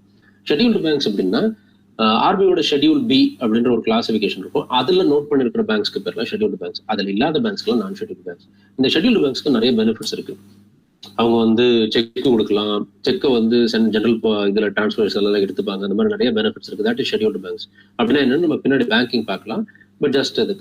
ஸோ அடுத்த ரோல் ஆர்பிஐ என்ன பண்ணுன்னா, cash reserve of all scheduled banks. இந்த பேங்க் வந்து கலெக்ட் பண்ற அமௌண்ட்ல ஒரு பார்ட்டை பேங்க் வந்து சென்ட்ரல் பேங்க்ல ஆர்பிஐ கிட்ட பிளேஸ் பண்ணுவோம். இதுக்கு பேர் கேஷ் ரிசர்வ்ஸ். ஓகே, ஸோ இந்த மாதிரி வேலை எல்லா ஷெட்யூல்டு பேங்க்ஸ்க்கும் பண்றது ஆர்பிஐ தான். And RBI must do it. Formed in 1935 by the RBI Act 1934, and it has a central board and 4 local boards. எங்க அப்படின்னா சென்னை, மும்பை, கல்கட்டா, நியூ டெல்லி, இதனால 4 local boards இருக்கு. And RBI is the sole authority to issue currency under system of minimum reserve. அப்படின்னா என்ன? இது வந்து 1951ல பண்ண policy. Since 1951 இந்த மினிமம் ரிசர்வ் அப்படின்ற மெக்கானிசம் தான் ஆர்பிஐ கரன்சிஸ் இஷ்யூ பண்றாங்க. முதல்ல ஆர்பிஐ என்ன கரன்சி இஷ்யூ பண்றாங்க நல்லா தெரிஞ்சுக்கணும். Accept 1 rupee. Okay, RBI issuing every other currency. 1 ரூபீலாம் பார்த்தீங்கன்னா ஒரு பர்டிகுலர் அந்த நோட்டு எடுத்து பாருங்க, கரன்சி நோட்டு பேப்பர் 1 ரூபீன்னு கீழே பார்த்தீங்கன்னா அந்த சைன் வந்து கவர்னர் இருக்காது, ஃபினான்ஷியல் செக்ரட்டரின்னு இருக்கும். அந்த 1 ரூபாயை மட்டும் கவர்மெண்ட் ரிலீஸ் பண்ணும். ஏன் அப்படின்னா ஒரு இது பண்றது, நாங்க தான் மணி அப்படின்றது, அந்த ரூபாய் தானே பேஸ், நாங்க தான் மணி இது பண்ணுவோம் அப்படின்ற சொல்றதுக்கு ஒரு சும்மா ஒரு டோக்கன் மெக்கானிசம்காக தான் கவர்மெண்ட் பண்ணுது. மற்ற எல்லா கரன்சியும் இஷ்யூ பண்றது யாருன்னா RBI. So sole authority to issue currency under the system of minimum reserve. So first part உங்களுக்கு புரிஞ்சிருக்கும். Under the system of minimum ரிசர்வ்னா என்னன்னா, ஃபர்ஸ்ட் இந்த பாலிசி ஃபார்முலேட் பண்ணக்குள்ள இப்போ நம்ம ஆல்ரெடி சொன்னோம்ல, ஆர்பிஐ கவர்னர் வந்து என்கிட்ட இருக்கு காசு 100 ரூபாய் எங்கன்னு கேட்டா அவர்கிட்ட இருக்கும் அப்படின்ற மாதிரி சொல்லல. ஸோ அப்போ அந்த மாதிரி ஒரு விஷயத்துக்காக அந்த ஒரு மினிமம் ரிசர்வ் வச்சுட்டு தான் அவங்க வந்து கரன்சி இஷ்யூ பண்ணணும். அந்த மினிமம் ரிசர்வ் என்ன அப்படின்னா ஒரு 200 crores வர்த்து. 200 crores வர்த்துல வந்து ஒரு 115 crores வந்து கோல்டாகவும் 85 crores வந்து ஃபாரெக்ஸ் ரிசர்வா அவங்க இருக்கணும் அப்படின்ற ரூல். ஸோ 200 கோடி நீங்க பேங்க்ல வச்சுட்டு நீங்க வெளியே எத்தனை பேப்பர் வேணாலும் கொடுத்துக்கோங்க, இவ்வளவுதான் சிம்பிளா. பேங்க்னா அவங்க பேங்க் 200 கோடியை நீங்க உங்க பேங்க்ல வச்சுக்கிட்டு நீங்க எவ்வளவு வேணாலும் வெளியில கொடுங்க, இதுதான் மினிமம் ரிசர்வ். நாளைக்கு அந்த 200 நீ ஏன் அப்படின்னா வெளியில கொடுத்த பேப்பருக்கு ஒரு நம்பிக்கை அட்டாச் வேணும். ஐயோ என்கிட்ட 200 கோடி ரூபாய் இருக்குப்பா, அதுதான் நீ வந்து கட்டணும் கொடுக்குறோம், நீ வந்து கட்டணும் கொடுக்கும் அப்படின்னு சொல்ற மாதிரி ஒரு மெக்கானிசம் இருக்கணும் அப்படின்றதுக்கு தான் சிஸ்டம் ஆஃப் மினிமம் ரிசர்வ். இன்னைக்கு இருக்கிற எக்கனாமிக் அந்த 200 crores ஒண்ணுமே கிடையாது. But still we are following that system of minimum reserve. அந்த லாக் தான் உங்களுடைய கரன்சிக்கு வர்த்து கொடுக்குது. அந்த 200 crores லாக் இருக்குல்ல, அந்த 200 crores என்ன இருக்குன்னா 115 crores 115 கோடி கோல்டா புல்லியன்ஸ் அப்படின்னு சொல்லுவாங்க. அந்த ஆர்பிஐல சொல்லக்குள்ள கோல்டு புல்லியன்ஸா இருக்கு, அதாவது தங்க கட்டிகள், கோல்டு, பிளாட்டினம் புல்லியன்ஸ் எக்ஸெட்ரா அந்த மாதிரி சொல்லுவாங்க. இன்னொரு 85 கோடி ஃபாரின் கரன்சியா இருக்கு. இது ரெண்டு சேர்ந்ததுதான் வந்து மினிமம் ரிசர்வ். ஓகே, ஸோ இந்த இடம்லாம் கொஞ்சம் ட்ரிவியலான கொஸ்டின்ஸ். நெக்ஸ்ட் அடுத்த role of RBI bankers and டெப்ட் மேனேஜ்மெண்ட். அது இவரே ஒரு பேங்கர். யாருக்கு அப்படின்னா கவர்மெண்ட்டுக்கு. இப்ப நம்மளுக்குலாம் சாதா லோக்கலா நம்ம பாக்குற பேங்க்னா கவர்மெண்ட் எவ்வளவு பெரிய ஆள், அவருக்கு ஒரு பேங்க் தேவைப்படல, அவர் கொடுக்கல் வாங்குறது, அக்கௌண்ட் வச்சுக்கிறது, மெயின்டைன் பண்றது, இந்த மாதிரியான விஷயங்களை பண்றதுக்கு ஒரு இடம் வேணும்ல. அந்த வேலை யார் பண்றதுன்னா RBI. So for it is SBI, for government it is RBI. அந்த மாதிரி. ஓகே. ஸோ பேங்க் அண்ட் டெப்ட் management, governments bank, because it conducts borrowing programs on behalf of governments, central government, state governments both, through sale of government bonds and securities. Dept management அப்படின்னு இன்னொரு role பண்ணுவோம். அதாவது இப்ப central கவர்மெண்ட்டுக்கு கடன் வேணும், கொஞ்சம் காசு தேவைப்படுது, எங்க போய் வாங்குவாங்க? மக்கள்கிட்ட இருந்தே வாங்கல. உங்ககிட்ட ₹100 எக்ஸ்ட்ரா இருக்கும்ல, அந்த கவர்மெண்ட் வந்து உங்ககிட்ட கடன் கேட்குதுன்னா, எப்ப நான் இந்த பேப்பர் வச்சுக்கோ, நான் திருப்பி உங்ககிட்ட இருந்து வாங்கிக்கிறேன், நீ இப்ப ₹100 கொடு, ₹100 கொடுக்கணும், நீ எனக்கு இப்ப கொடுத்தீங்கன்னா ஒரு 6 மாசம் கழிச்சு உங்களுக்கு ₹110 கொடுக்குறேன் அப்படின்னு சொல்லுவோம்ல. சும்மா இருக்கிற ₹100 நம்ம எதுக்கு வச்சிருக்கோம், நம்ம கொடுப்போம் கவர்மெண்ட் கிட்ட. இதுதான் வந்து கவர்மெண்ட்டுடைய ட்ரெஷரி பில்ஸ் அப்படின்ற மாதிரி சொல்லுவாங்க. ஓகே. ஸோ கவர்மெண்ட் வந்து மார்க்கெட்ல இருந்து மனம் எடுக்கிறது அப்படின்ற மாதிரி நிறைய டைம்ல கவர்மெண்ட் பண்ணுவாங்க, எப்பயுமே பண்ணிட்டு தான் இருப்பாங்க. இது பேசிக்கா கொஞ்சம் சில பேர் ரெகுலரா பண்ணுவாங்க. In times of crucial times வந்து கவர்மெண்ட் வந்து டைரக்டா பீப்புள்கிட்ட ரொம்ப பெருசா சேல் பண்ணி கேட்பாங்க, டியூரிங் வார் ஆர் பேண்டமிக் இந்த மாதிரி டைம்ல. ஸோ இந்த ரோலை இந்த மாதிரி வித்து கொடுங்க அப்படின்னு சொல்றது கவர்மெண்ட் உட்காந்து பண்ணிட்டு இருக்க முடியுமா? Government lot of jobs, right? So இந்த ₹100 அந்த மாதிரி பேப்பர் கொடுங்க, நீங்க வித்து கொடுக்குறீங்க, அப்போ அதுக்கு ஒரு புரோக்கர் வேணும்ல, அந்த புரோக்கர் தான் RBI. What is it? If the government needs money, it will say on an assurity, give me ₹100, I will give it back as 106 or 110 அந்த மாதிரி ஒரு இதை சொல்லிட்டு ஒரு பேப்பர் கொடுப்பாங்க. அந்த பேப்பர் நிறைய பேப்பர் எடுத்துட்டு போயிட்டு பீப்புள்கிட்ட கொடுத்து மணியை வாங்கி கொடுக்கறதும், அந்த பேப்பர் திருப்பி பீப்புள் இருந்து கலெக்ட் பண்ணி செட்டில் அவுட் பண்றது, இந்த மாதிரியான விஷயங்களை பண்ற டெப்ட் மேனேஜ்மெண்ட் பண்றவங்க பேரு ஆர்பிஐ. நெக்ஸ்ட் ஆர்பிஐ ரோல் வந்து performs promotional and developmental activities by promoting certain apex institutions for certain purposes. இப்ப செபி அப்படின்ற வந்து ஸ்டாக் மார்க்கெட்டை கண்ட்ரோல் பண்றதுக்காக ஒரு இன்ஸ்டிடியூஷனா மாத்தி அதை ப்ரமோட் பண்ணி அவருடைய வேலை, போர்டு, மெக்கானிசம் எல்லாமே கிரியேட் பண்ணி நீங்க அதுக்கப்புறம் பாத்துக்கோங்கப்பா அப்படின்னு விட்டது யாருன்னா ஆர்பிஐ. இது மாதிரி நிறைய அபெக்ஸ் இன்ஸ்டிடியூஷனை கிரியேட் பண்ணுவாங்க, நபார்டு எக்ஸெட்ரா எக்ஸெட்ரா. ஒன்னு டைரக்டா கவர்மெண்ட் கிரியேட் பண்ணி இவங்களை பார்த்து சொல்லுவாங்க, இவங்களை வந்து நர்ச்சர் பண்ண சொல்லுவாங்க, இல்ல இவங்களே அதை கிரியேட் பண்ணுவாங்க. இந்த மாதிரி நிறைய ஒர்க் அபெக்ஸ் இன்ஸ்டிடியூஷன்ஸ் எல்லாம் கிரியேட் பண்றது ஆர்பிஐ. இல்ல அதை அந்த இன்ஸ்டிடியூஷன் டெவலப் பண்றது ஆர்பிஐ இருக்கும். Most of the times at the end of the day என்னன்னா தனியாக எங்க இன்ஸ்டிடியூஷனா மாறிச்சிடணும், செபியலா மாறிச்சிடணும். The control, the last thread of control will be there with RBI. So டப்புன்னு பிடிச்சிடலாம். என்னதான் செபி தனியாக ஃபங்க்ஷன் ஆயிட்டு இருக்கு அப்படின்னா எப்போ வேணாலும் ஆர்பிஐ உள்ள வந்து டப்புன்னு பிடிக்கலாம். But mostly they'll not do it unless until it is required and great. Okay. So this is about basics of RBI. அடுத்த ஆர்பிஐ என்ன பண்ணுது அப்படின்னா it's the controller of credit. இப்போ நம்ம பார்க்க போற 4 பாயிண்ட்ஸ் ரொம்ப இம்பார்ட்டன்ட் பாயிண்ட்ஸ் ஆர்பிஐயோட ரோல்ல. With regard to UPSC, I'm saying controller of credit. Controller of credit அப்படின்னா நாட்டில் புழங்குற பணம், லெண்டிங், டெபாசிட்ஸ், இந்த மாதிரியான விஷயங்கள், பேங்க்ல இந்த மொத்த பணம், இது எல்லாத்தையும் கண்ட்ரோல் பண்றது யார் அப்படின்னா ஆர்பிஐ. ஓகே. ஸோ லெண்டிங் யார் பண்ணுவாங்க? நம்மளுக்கு பேங்க். ஸோ பேங்க் கண்ட்ரோல் பண்ணா லெண்டிங் கண்ட்ரோல் பண்ணிடலாம். நாட்டுக்குள்ள எவ்வளவு பணம் சொத்துது புழங்குது அப்படின்றத பேங்க் வழியா தானே ஆர்பிஐ இருந்து பணம் திருப்பி வருது, இல்ல பேங்க் தானே ஒரு டெபாசிட் எல்லாமே இருக்கிற மாதிரி. ஸோ பேங்க் கண்ட்ரோல் பண்றோம் அப்படின்னா நம்ம வந்து நாட்டில் இருக்க பண புழக்கத்தை கண்ட்ரோல் பண்ண முடியும். We can check the flow and transactions of the country if we control the bank. Okay. So அந்த வேலையை பண்றதுக்கான அத்தாரிட்டி, கம்ப்ளீட் ரெகுலேஷன்ஸ், ரைட்ஸ் எல்லாம் யார்கிட்ட இருக்குன்னா ஆர்பிஐ கிட்ட. He controls the banks. In that way controls the credit. அதாவது ஒரு பேங்கை பிடிச்சிட்டு அதை வச்சு எவ்வளவு பணம் போகுது அப்படின்னா டைரக்டா அந்த பேங்க் வந்து எவ்வளவுதான் கொடுக்குன்னு சொல்ல மாட்டாங்க. அதுக்கு ஒரு பாலிசி இருக்கு. மொத்தமா நீங்க எல்லாம் பேங்க்ல எவ்வளவு பணம் வச்சிருக்கீங்க சொல்லுங்க அப்படின்னு கேட்பாங்க. அதுல இவ்வளவு வச்சிருக்கிறோம் அப்படின்னா அப்ப அவ்வளவுல வந்து 50% தான் நீங்க லேர்ன் பண்ணணும் அப்படின்னு சொன்னா மொத்தமா இந்த மாதிரி கண்ட்ரோல் டைரக்டா போயிட்டு ஒரு பேங்க் கொடுக்கணும், ஒரு பேங்க் கொடுக்க கூடாது, இந்த பேங்க் தான் கொடுக்கணும், அந்த மாதிரி கிடையாது. ஜெனரலா பாலிசி ஃபார்மேட் பண்ணி பேங்கை வந்து எப்படி பணம் வெளியில போகணும் போகக்கூடாதுன்னு ஸ்கீம்ஸ் இனிஷியேட் பண்றது ஆர்பிஐ. நெக்ஸ்ட் வந்து பேங்கர்ஸ் பேங்க், அவங்களோட ரூல். பேங்கர்ஸ் பேங்க்னா இப்ப நம்ம கிட்ட இருந்து வாங்குற காசை பேங்க்லாம் வச்சிருக்கோம். பேங்க்குக்கே ஒரு பேங்க், ஒரு லாக்கர் மாதிரி தேவைப்படுது. அந்த பேங்க்ல இருக்கிற பணத்தை சேஃபா வைக்கணும், டிரான்சாக்ஷன்ஸ் பண்ணணும், இந்த மாதிரி விஷயங்கள்லாம் யாரு பண்ணுவாங்க? யாருக்கிட்ட? அதாவது பெரிய முதலாளி அப்படின்னா அது ஆர்பிஐ தான். ஸோ பேங்கர்ஸ்க்கு bank. Next bank of all banks, அதுலேயே சிஆர்ஆர். சிஆர்ஆர்ன்றது வந்து capital reserve ratio. Okay. Capital reserve ரேஷியோனா நீங்க பேங்க்ல பணம் போடுறீங்க, டெக் பர்சன்ட் ஒரு ₹100 போடுறீங்க, அது ஒரு பிரைவேட் பேங்க். ₹100 தூக்கி ஓட்டானா இல்ல ₹100 ஏதாச்சும் காலி ஆயிடுச்சு, ஏதாச்சும் இன்வெஸ்ட்மெண்ட் தப்பா பண்ணி ஒரு தேவையில்லாத ஒரு ஆளுக்கு வந்து லோன் கொடுத்து அந்த லோன்ல காசு காலி ஆயிடுச்சு அப்படின்னு சொல்லிட்டு உங்களுக்கு வந்து காசு கொடுக்க முடியாதுன்னு சொல்லிட்டோம்னா உங்களுக்கு என்ன கேரண்டி? இந்த மாதிரியான பயம்லாம் இருக்கும். அதே மாதிரி ஒரு பேங்கே ஆரம்பிக்கணும், ஒரு பிரைவேட் ப்ராப்பர்ட்டி, பிரைவேட் ஆர்கிட்ட இவ்வளவு பப்ளிக் மணியை கொடுத்துட்டு என்ன தைரியத்துல இருக்கலாம் அப்படின்னு சொல்லிட்டு நம்மளுக்கு ஒரு பயம் இருக்குல்ல. அந்த மாதிரி ஒரு பயத்தெல்லாம் போகிறதுக்கு அந்த அமௌண்ட்ல அந்த ₹100 ஒரு சர்டன் அமௌண்ட் ஆஃப் அமௌண்ட்டை வந்து எதுவுமே பண்ணாம திரும்பி ஆர்பிஐ கொடுத்துருங்க. அது வந்து நார்மலா 3 to 14% அந்த ரேஞ்சில் இருந்துச்சு. ஃபுல் டைம் 47% வரலாம் இருந்துச்சு மொத்தமாவே. ஓகே. ஸோ அந்த மாதிரி நம்ம எடுத்துட்டு போய் அந்த பேங்க் எடுத்துட்டு போய் கொடுக்குறாங்கல்ல, அந்த இதுக்கு பேர் சிஆர். ஸோ அது எப்படின்னா வந்து the amount of money that the banks must give or surrender in RBI எவ்வளவு இருக்கணும்னு சொல்றது, இந்த மாதிரி விஷயங்கள்லாம் பண்றது RBI. சப்போஸ் இப்போ அந்த ரெகுலேஷன்ஸ் கொஞ்சம் ஈஸ் அவுட் பண்ணிருக்காங்க, பட் சிஆர்ஆர் இருக்கு, பட் ரொம்ப ஸ்ட்ரிக்டா அப்படின்ற மாதிரி இல்லை. ஸோ நெக்ஸ்ட் வந்து அடுத்த ரோல் அதில் பேங்கர்ஸ் பேங்க்ல usually banks and other financial lend among themselves. இந்த லெண்டிங் அமாங் தெம்செல்வ்ஸ்லேயே வந்து ஒரு ஃப்ளோ ஆஃப் மணி இருக்கும். ஏன்னா நம்ம எல்லாரையும் சொல்லலாம், இப்போ HDFC பேங்க் வந்து நிறைய கடன் கொடுத்துட்டாங்க, அவங்ககிட்ட இப்போ லிக்விடிட்டி கையில காசு இல்லை, அவங்ககிட்ட ஏடிஎம்ல போறதுக்குலாம் காசு இல்லை. உடனே பக்கத்துல இருக்கிற பேங்க் ஃபோன் பண்ணி எப்போ உங்ககிட்ட நிறைய காசு இருக்கிற மாதிரி கேள்வி பண்ண உடனே எவ்வளோ பேங்க் லோன் வாங்க வரலையே, அந்த காசு என்கிட்ட கொடு, என் கஸ்டமருக்கு தேவைப்படும் அப்படின்னா அப்போ லிக்விடிட்டினா பணப்புழக்கம், தண்ணி மாதிரி பணம் ஓடுதுல, அதுக்கு பேர் லிக்விடிட்டி. ஸோ இதெல்லாம் வந்து அந்த போற ரூட்டை கொஞ்சம் லைட்டா டைட் பண்ணிங்கன்னா அந்த போற பணம் குறையும். இப்போ ஈஸியா 100 ரூபாய் போறதுக்கு பதிலாக அதெல்லாம் கிடையாது. ஒரு நாள் நைட்டு நீ 50 ரூபா தான் வாங்கணும் அப்படின்னு சொல்லிட்டாங்க, என்ன ஆகும்? 50 ரூபா தான் போகும். அமௌண்ட் ஃப்ளோ குறையுதா? இதான் லிக்விடிட்டி. இந்த மாதிரியான ரெகுலேஷன்ஸ் போடுறாங்கல்ல, இந்த 50 ரூபா தான் ஒரு நாளைக்கு நீ வாங்க முடியும், ஒரு நாளைக்கு ஏடிஎம் வந்து 25,000 தான் எடுக்க முடியும், இந்த மாதிரி விஷயங்கள்லாம் எதுக்கு பண்ணணும் அப்படின்னா அதிகமான பணப்பழக்கம் இருந்தாலும் தப்பாயிடும். இதனால என்ன தப்பாவும் நான் பின்னாடி சொல்றேன். ரொம்ப அதிகமான மணி ஃப்ளோ ஆகுது, இல்ல மணியே ஃப்ளோ ஆகல அப்படின்னா என்ன அப்படின்றது நம்ம பின்னாடி பார்க்கலாம். பட் இந்த மாதிரி அந்த ஃப்ளோ இருக்குல்ல, அந்த டைப் பண்றாங்கல்ல, கிரிப்பை ஃப்ளோ பண்ணி 100 ரூபா போடுறது, 50 ரூபா போகிறது, இந்த மாதிரி இதுக்கு பேர் தான் லிக்விடிட்டி மேனேஜ்மெண்ட். லிக்விடிட்டினா பணம் தண்ணி மாதிரி போகிறது, அந்த தண்ணியை கண்ட்ரோல் பண்றது, அதான் லிக்விட் அப்படின்ற மாதிரி ஆங்கிள் மணியை பேசுவாங்க. Okay. So next lender of last resort. Lender of last ரிசார்ட்னா ஸ்டேட் கவர்மெண்ட்ஸ், நிறைய கவர்மெண்ட்ஸ்க்கு, சென்ட்ரல் கவர்மெண்ட்டுக்கு உங்களுக்கு காசு அர்ஜென்ட்டா தேவைப்படுது. எங்க போய் கேட்கலாம்? நம்ம போய் கடன்ல பேங்க்ல கடன் கேட்கலாம். ஸ்டேட் கவர்மெண்ட்ல எங்க போய் கேட்பாங்க? ஸ்டேட் கவர்மெண்ட்லாம் அவங்க கஜானாவை வந்து ஷூரிட்டியா வச்சுக்கோங்க. நம்ம எப்படி நம்ம வீட்டில் இருக்க நகை எடுத்து போய் ஷூரிட்டியா வச்சு பணம் கேட்போம், இல்லை லேண்ட் எடுத்து போய் ஷூரிட்டியா வச்சு பணம் கேட்போம்.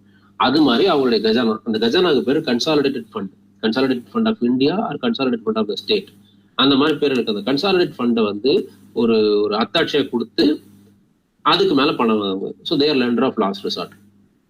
Next sole authority in terms of forex reserve, guardian of money market. Already money மார்க்கெட்னா உங்களுக்கு என்னன்னு சொல்லியிருக்கேன். அந்த மணி மார்க்கெட்டோட கார்டியன். மணி மார்க்கெட் என்ன? 1 இயர்க்குள்ளார நடக்கிற ஹார்ட் டிரான்சாக்ஷன்ஸ், இப்போ டக்கு டக்கு நடக்கிற டிரான்சாக்ஷன்ஸ், அது 1 year. Of course any kind of transaction below the time period of 1 year கிளம்பி மணி மார்க்கெட் டிரான்சாக்ஷன், அதோட கார்டியன். ஃபாரெக்ஸ் ரிசர்வ் அப்படின்னா இந்த ஃபாரினுக்கு நம்ம பொருள் விற்போம், வாங்குவோம், import exports etcetera will do. அதனால நமக்கு வந்து dollar inflow, euro inflow, riyal, இந்த மாதிரி நிறைய ஃபாரின் கரன்சிலாம் வரும். இந்த ஃபாரின் கரன்சிலாம் டைரக்டா எடுத்து நம்ம இதுக்கு விட்டுற முடியுமா மார்க்கெட்ல? அதாவது ஃபாரினுக்கு உங்க வீட்டுல இருந்து யாராச்சும் ஒருத்தர் போயிட்டுருக்குள்ள அவங்க வந்து கெட்டிங் பெய்ட் இன் சேலரி இன் டாலர்ஸ். அவங்க வந்து $1,000 சேலரின்னு சொல்லிட்டு உள்ள வந்தாங்க அப்படின்னா அந்த $1,000 கொடுத்து அனுப்பிச்சு நம்ம வீட்டுக்கே. That's a problem, right? அப்போ இன்னொரு நாட்டுடைய கரன்சி நம்ம இப்போ என்ன பண்ணணும்? அதை RBI will get that amount. RBI through bank or the transaction mechanism, the RBI will get that amount. அதுக்கு பதிலாக அது ஈக்குவலான அமௌண்ட், இந்தியன் அமௌண்ட் என்னவோ அதை வந்து அந்த பர்சன்கிட்ட கொடுத்துரும். இதைத்தான் நம்ம ஃபர்ஸ்ட் நான் சொன்னல உங்களுக்கு, அந்த டிரான்ஸ்ஃபர் ரேஷியோ அதை பேஸ் பண்ணி இருக்கிற மாதிரி. So this is forex reserve management. அது எவ்வளவு இருக்கணும், எப்படி இருக்கணும்? சோல் அத்தாரிட்டி அவங்க தான் ஃபாரெக்ஸ் ரிசர்வ் கொடுத்துரும். வேற யாராச்சும் டாலர்ஸ் எல்லாம் சேர்த்து வச்சீங்கன்னா தப்பு, கிரிமினல் அஃபென்ஸ். அது sorry, it's a punishable offence. Okay. So next determines the exchange rate. Exchange ரேட்னா ஆல்ரெடி நான் சொன்னேன், $1 கிடைக்கிறான இந்திய ரூபாயின் மதிப்பு 10 ஒரு மாதிரி நம்ம ஈக்குவேஷன்ஸ் போட்டு எடுத்து பாத்தீங்களா, அந்த எக்ஸ்சேஞ்ச் ரேட் $1க்கு 10. ஃபர்ஸ்ட் ஒரு நாள் 47 இருந்துச்சு, இப்போ 76 இருந்துச்சு, இந்த மாதிரி வேரியிங்கா இருந்துச்சு. இது மார்க்கெட் பேஸ்ட் வேரியேஷன்ஸ். ஆனா இதுக்கு முன்னாடி இது வந்து ஸ்ட்ரிக்டா மெயின்டைன் பண்ணாங்க. நீ $1 கொடுத்து என்னதான் கஞ்சாலும் நான் ஒண்ணு 40 தான் கொடுப்பேன். உங்ககிட்ட அவ்வளவு கோல்டு இல்லப்பா, நீ நிறைய கொடுக்கணும்பான்னு சொன்னாலும் அதெல்லாம் முடியாது, நான் அவ்வளவுதான் கொடுப்பேன் அப்படின்ற மாதிரி கொஞ்சம் ஸ்ட்ரிக்டா இருக்கும். அந்த மாதிரி இருந்துச்சுன்னா வந்து ஃபர்ஸ்ட் இருந்தது. இப்போ கொஞ்சம் market based. But in overall இந்த எக்ஸ்சேஞ்ச் ரேட் ரெகுலேட் பண்ணி டிட்டர்மைன் பண்றது யார் அப்படின்னா RBI. Determines the exchange rate based on market variations with respect to inflation, deflation, trade weights, trade weights, controller of credit, what commercial banks lends us loans, access lender of us, of course, 3 point the points. Okay, so the first part determines the exchange rate based on market variations, inflations, deflations, trade weight, etc. Okay, so this is what basic work of RBI is. So next, directly moving to monetary policy. Already நான் சொல்லிட்டேன் monetary policy na என்னன்னு. Monetary policy is the policy by which RBI பண்ணக்கூடிய எல்லா வேலைகளுக்கும் பேரு monetary policy. So monetary policy எதுக்குன்னா, in general monetary policy is about stabilizing the volatile process. Already நம்ம சொல்லிட்டோம், இந்த கொடுக்கல் வாங்கல்லாம் நிறைய இருக்கும் மணி மார்க்கெட்ல அப்படின்னு. இந்த மணி மார்க்கெட்ன்றதே கொஞ்சம் ரிஸ்கி. ஒரு வருஷத்துக்குள்ள வாங்குறது விற்கிறது அப்படி டக்கு டக்கு டக்குன்னு மணி ஃப்ளோ பயங்கரமா இருக்கிற மாதிரி இருக்கும். ஓகே. ஸோ ஒரு தப்பான டெசிஷன் எடுத்துட்டாங்க மக்கள் அப்படின்னா பெரிய ப்ராப்ளம் போயிடும். அதனால அதை கொஞ்சம் டாக்கியா ஹேண்டில் பண்ணும். இப்போ டேக் ஃபார் எக்ஸாம்பிள், நல்ல காசு வருது அப்படின்னு சொல்லிட்டு நம்ம வந்து அரிசி வைக்கலாம், இல்லை வெங்காயம் வைக்கலாம் அப்படின்னு சொல்லிட்டு வச்சிருவோம். பார்த்தா ஊரில் இருக்கணும் எல்லாரும் வெங்காயம் வச்சிருவோம். உடனே என்ன ஆகும்? மார்க்கெட்ல 100 ரூபாய்க்கு வித்திருந்த வெங்காயம் ரேட்டு குறைஞ்சிரும். Okay, this is a problem, right? So நீங்க எப்படி அதுக்கு வெங்காயம் வச்சிருப்பீங்க? நீங்க வெங்காயம் பயிர் பண்ணிருப்பீங்க. You have got loan from banks. So if the RBI controls the banks and thereby control what the loan must be given, நீங்க வெங்காயம் பயிர் பண்றதுல கண்ட்ரோல் வந்திருக்குமா? Can you get it? You are a farmer, you are going to farm in your yard. நீங்க என்ன பண்ண போறீங்கன்னா, வெங்காயம் போன வருஷம் வெங்காயம் நல்லா வித்துச்சு, நல்லா லாபம் வரும்னு நினைச்சிட்டு நீங்க என்ன பண்றீங்க? வெங்காயம் போடுறோம். எல்லாருமே வெங்காயம் பயிர் பண்றதுக்கு முடிவு பண்ணிட்டீங்க உங்க ஊர்ல. இப்ப என்ன ஆகும்? எல்லாருமே வெங்காயம் பயிர் பண்ணதுனால நிறைய வெங்காயம் வந்துருச்சு, சப்ளை நிறைய வந்துருச்சு. அந்த ஊருக்கே 100 கிலோ தான் தேவை. நீங்க 1000 கிலோ உற்பத்தி பண்ணிட்டீங்க. என்ன பண்ண முடியும்? ஒண்ணும் பண்ண முடியாது. இப்ப போயிட்டு நான் 10 ரூபாய்க்கு தான் கொடுப்பேன், கம்மியெல்லாம் கொடுக்க மாட்டேன்னு சொன்னா நியாயமா இருக்குமா? கிடைக்கிற ஒரு லாபம், பண்ண காசாச்சும் தேரட்டுமேன்னு சொல்லிட்டு நீங்க என்ன ரேட்டு கேட்குறீங்களோ அந்த ரேட்ல மார்க்கெட்ல கொடுப்பீங்க. இதுதான் ப்ராப்ளம். இது என்ன ப்ராப்ளம்னா, this is a chain of supply and demand. Okay, முதல்ல சப்ளை அண்ட் டிமாண்டை பத்தி என்ன புரிஞ்சுக்கணும். ஜஸ்ட் ஒரு இன்டர்ன் அதை கொடுத்துறேன். மார்க்கெட்ல எல்லா ஆப்ரேஷன்ஸும், எந்த பொருளோட இம்பார்ட்டன்ஸ், டல்னஸ் எல்லாத்தையுமே இந்த சப்ளை டிமாண்டை பொறுத்து தான் இருக்கு. டேக் ஃபார் எக்ஸாம்பிள், இந்த விநாயகர் சதுர்த்தி நீங்க you would have seen Ganesh Chaturthi in celebration in Chennai, Tamil Nadu தான். they used to make the clay Vinayagar Pillaiyar. Okay, so இப்போ எங்க ஊர்ல ஒரு 100 persons இருக்கிறாங்க அப்படின்னு வச்சுக்கோங்களேன். அன்னைக்கு Vinayagar Chaturthi definitely you need to pray for the god அப்படின்னுக்குள்ள you will definitely try to buy a Ganesh idol, அந்த விநாயகரை வாங்குறதுக்கு போவீங்க. ஸோ இப்போ அந்த மார்க்கெட்ல வெறும் 10 தான் இருக்கு, ஜஸ்ட் $10 தான் இருக்கு. 100 பேர் 100 ஃபேமிலிஸ் வாங்குறதுக்கு வெயிட் பண்றாங்க. நான் தான் அந்த கடை ஓனர். இப்போ நான் அந்த ஒரு விநாயகர் நார்மலா நான் ஒரு 15 ரூபாய்க்கு விற்கிறேன் அப்படின்னா, I'm saying that one doll I was selling at 15 rupees earlier. Now as there is a requirement of 100, அது requirement demand 100 demand இருக்கிறதுனால என்கிட்ட சப்ளை 10 தான் இருக்குது. ஓகே, அந்த 100 டிமாண்ட் இருக்கு, 100 பேர்கிட்ட டிமாண்ட் இருக்கிறதுனால அந்த ஒண்ணுத்த 15 ரூபாய்க்கு எனக்கு தேவை. 1000 ரூபான்னு சொன்னாலும் வாங்கிப்பாங்களா இல்லையா? So when the demand is high and supply is low, the price of the product increases. When the demand is high, board la class supply is low, and then the price of the product increases tremendously. This is called as inflation. Enadhu? When the demand is very high, supply ரொம்ப கம்மியா இருக்கு, பொருளுடைய விலை ஏறிடும். 10 தான் இருக்கு, 100 பேர் கேட்கறாங்க அப்படின்னுக்குள்ள. ஓகே, ஸோ இப்போ நம்ம என்ன பண்ணணும்? சப்ளை அதிகமாக்கணும். ஸோ இப்போ ஒருவேளை 100 இருக்கு, 100 டிமாண்ட் இருக்கு அப்படின்னா ஈக்குவல் ஆயிடுச்சு டிமாண்ட் சப்ளை. அப்போ நார்மல் ரேட்ல வித்துரும். இப்போ சப்ளை இன்னும் கொஞ்சம் தப்பு பண்ணிட்டோம். நம்ம சப்ளை 1000 ஆயிடுச்சு, டிமாண்ட் 100 தான் இருக்கு. சப்ளை ரொம்ப அதிகமாயிடுச்சு, டிமாண்டு கம்மியாயிடுச்சு, வெறும் 100 தான் இருக்கு டிமாண்டு. ஸோ இப்போ என்ன ஆகும்? What will happen right now? Ultimately 1000 Pillaiyar இருக்கு என்கிட்ட, 100 பேர் தான் வாங்குறதுக்கு வரும். நான் போயிட்டு இப்போ 15 ரூபாய்லாம் சொன்னேன் அப்படின்னா என்ன ஆகும்? எவனும் வாங்க மாட்டான். ஓகே, 1000 மார்க்கெட்ல 1000, என்கிட்ட ஒரு 500 இருக்குது, என் பக்கத்து கடைக்காரர் 500 இருக்குது. 2 பேர்ல எப்படியாச்சும் வித்தா போகுதுன்னா அந்த 100க்கு அப்படின்ற மாதிரி யோசிப்போம். நான் ரேட்டை குறைப்பேன், அவருக்கு ரேட்டை குறைப்பார். சார் நீங்க 15 ரூபாய் கொடுங்க, 2 கொடுக்குறேன் அப்படின்ற மாதிரி. அவர் 15 ரூபாய்க்கு 3 கொடுக்குறேன் அப்படின்னு. ஸோ அப்போ இண்டிவிஜுவலா ஒரு ப்ராடக்ட் ரேட் என்ன ஆயிடுச்சு? பக்கத்து கடைக்காரருக்கு 15 ரூபாய்க்கு 3, ஒரு பொருள் 5 ரூபாய் கொடுத்துருக்காரு. Okay, so price of the product decreases. When the supply is high, demand is low, price of the product crashes or decreases. This is called as deflation. So inflation தான் என்ன? When the supply is low, பொருள் கம்மியா இருக்கு, demand நிறைய இருக்கு அப்படின்னா அந்த பொருளுடைய விலை, ரிக்குவயர்மெண்ட், எதிர்பார்ப்பு நிறைய ஆயிடும். அப்ப இன்ஃபிளேஷன், பொருளுடைய ரேட் அதிகமாகும். கிட்டத்தட்ட நீங்க சினிமா படம் டிக்கெட் வாங்குற மாதிரி தான். சப்ளை என்னமோ கம்மியா கான்ஸ்டன்டா 100 டிக்கெட் தான் அந்த தியேட்டர்ல இருக்கும். ஆனா நிறைய பேர் பார்க்கணும்னு ஆசைப்படுவீங்க. படம் என்ன ரேட்டு வேணாலும் டிக்கெட் போகும். ஒரு 15 நாள் கழிச்சு அதே 100 டிக்கெட் இருக்கும், ஆனா பாக்குறதுக்கு யாரும் இருக்க மாட்டாங்க, கம்மியான ரேட்டுக்குலாம் டிக்கெட் ஓடும். ஸோ இது மாதிரி தான். Okay, so that's how the supply demand cycle works. இந்த சப்ளை டிமாண்ட் சைக்கிள் தான் வாலடைலிட்டி, அந்த மார்க்கெட்டோட வாலடைல் நீங்களே பார்க்கலாம், எவ்வளவு ஃபிளக்சுவேட்டடா இருக்கு, ஒரு மாதிரி கண்ட்ரோலே இல்லாம இருக்கு. சட்டுன்னு கொஞ்சம் லூஸ் விட்டா ப்ராஃபிட்டா இருந்த ஒரு விஷயம் லாஸ் ஆயிடும். நீ விட்டு 150 ரூபாய்க்கு 1000 ரூபாய்க்கு கூட விற்கக்கூடிய அந்த கணேஷ் அந்த டால் சப்ளை லூஸை விட்டோம் அப்படின்னு சப்ளை நிறைய வந்துருச்சு அப்படின்னு லாஸ் ஆயிடும். ஸோ இந்த சப்ளை செயினே கரெக்டாக மேனேஜ் பண்ணோம் அப்படின்னா, இப்போ இந்த ஊர்ல கம்மியா இருக்குது, அந்த ஊர்ல நிறைய இருக்கு, இதெல்லாமே நம்ம கரெக்டாக டேக்கி ஹேண்டில் பண்ணோம் அப்படின்னாலே நம்மளுக்கு எல்லா பொருளுக்கும் கரெக்டான விலைக்கு நம்ம எடுத்துக்க முடியும். ஸோ இது இல்லாம ஏன் நான் ஒய் இஸ் சப்ளை இன்க்ரீசிங்? இப்போ take for example real estate market, நிறைய வீடுகள் கட்டி சும்மா இருக்கு அப்படின்ற மாதிரி சொல்லுவாங்க சில இடத்துக்குலாம் போனா. ஏங்க நிறைய வீடு கட்டினீங்க? பேங்க் லோன் கொடுத்தா என்கிட்ட லேண்ட் இருந்துச்சு, ஃபர்ஸ்ட் வித்தாங்க வீடு கொஞ்சம் நல்லா ஓடுற மாதிரி இருந்துச்சு, கொஞ்சம் கட்டலான்னு ஆசைப்பட்டோம் அப்படின்ற மாதிரி. அஃப்கோர்ஸ் ஃபர்ஸ்ட் முதல்ல போயிட்டு அந்த இடத்துல வீடு ஃபிளாட் போட்டு போது வித்துருக்கும், உடனே அதை பார்த்துட்டு நம்மளும் ப்ராஃபிட் ஆகணும்னு சொல்லிட்டு அந்த இடத்துல லேண்ட் இருக்கிறவங்க எல்லாம் போயிருப்போம் பிளான் பண்ணிட்டு. பேங்க்ல போய் கிட்டோம், பேங்க் எல்லாருக்கும் லோன் கொடுத்துருக்கும், ஏன்னா they get interest right. So because of that the number of houses இந்த ஏரியாவோட இன்க்ரீஸ். இப்போ சப்ளை பயங்கரமாயிடுச்சு, டிமாண்ட் இல்லை. இந்த தப்புக்கு மூல காரணம் யாரு? பீப்புளோட கிரீடா? இல்ல, பேங்கோட கிரீடு. பேங்க் நம்ம இதே லோன் எல்லாருக்கும் கொடுத்தோம் அப்படின்னா நம்மளுக்கு வட்டி நிறைய வரும்னு ஆசைப்பட்டு எல்லாருக்குமே கொடுத்துருச்சு, மார்க்கெட் அண்டர்ஸ்டாண்டிங் இல்லாம. ஸோ அப்போ பேங்க் இந்த கிரீடி பேங்க்ஸ் யார் கண்ட்ரோல் பண்றது? ஆர்பிஐ. ஆர்பிஐ எப்படி கண்ட்ரோல் பண்ணுவாங்க? மானிட்டரி பாலிசி வச்சு. என்ன மாதிரி கண்ட்ரோல் பண்ணுவாங்க? எவ்வளவு மணி நீ கொடுக்கணும். ஒரு கிராமத்தில் நீ ஒரு பேங்கரா இருக்கியா, ப்ரியாரிட்டி செக்டருக்கு இவ்வளவு கொடு. ப்ரியாரிட்டி செக்டர்னா விவசாயம் சார்ந்தவர்களுக்கு நீ இவ்வளவு கொடு. இந்த மாதிரிலாம் ஒரு ஸ்கேலா பிரிப்பாங்க.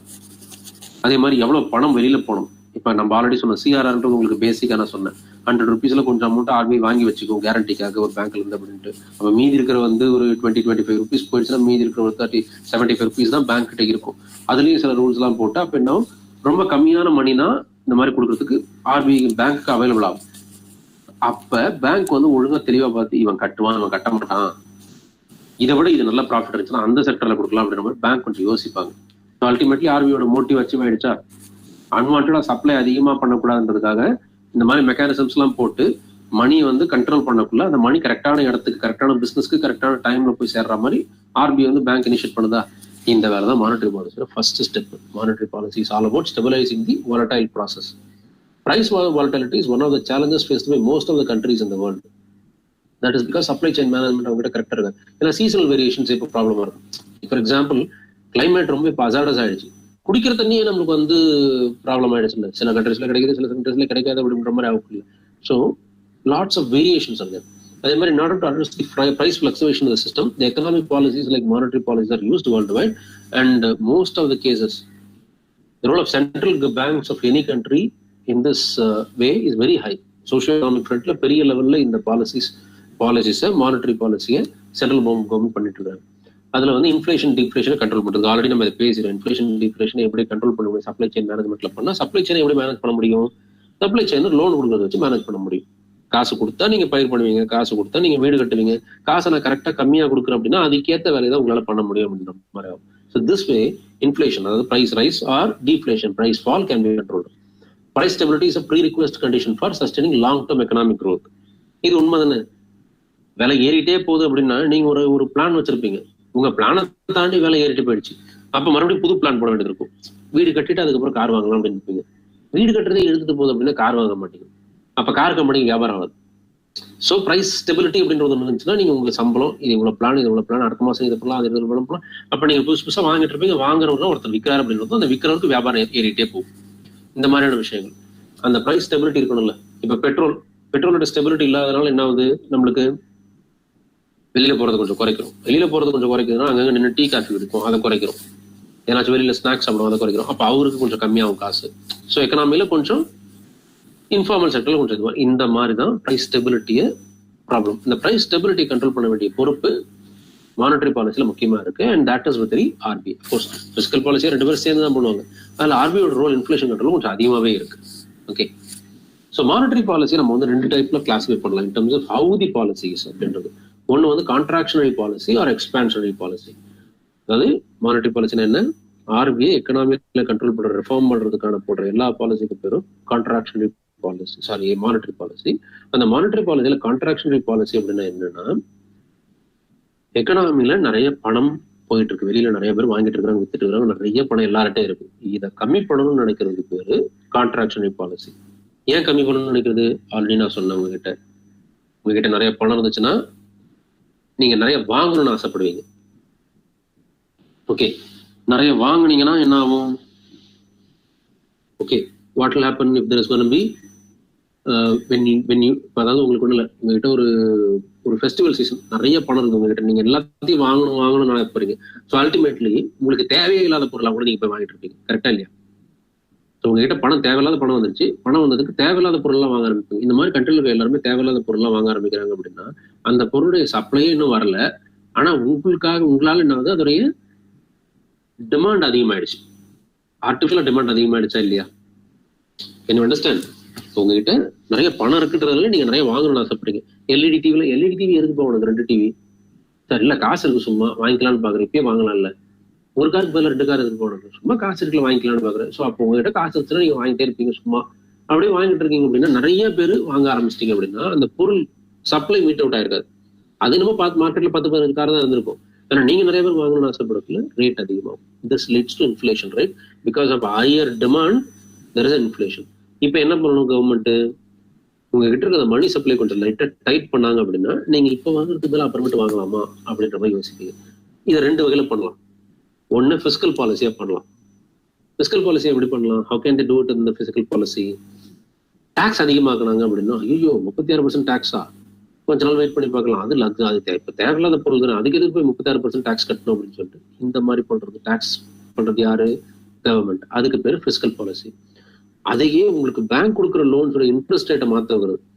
10% housing loan, 20% housing loan, 40% housing loan இருக்குல்ல, ஐயோ 40% ஹவுசிங் லோனா, 40% இன்ட்ரெஸ்ட் கட்ட முடியாதுன்னு சொல்லிட்டு நீங்க ஸ்டாப் பண்ணுவீங்களா? கொஞ்ச நாள் கழிச்சு பாத்துக்கலாம், காசு வந்துச்சுன்னா நம்ம கிட்ட காசு இருக்குல்ல நம்ம வாங்கிக்கலாம் அப்படின்னு யோசிப்பீங்கல்ல.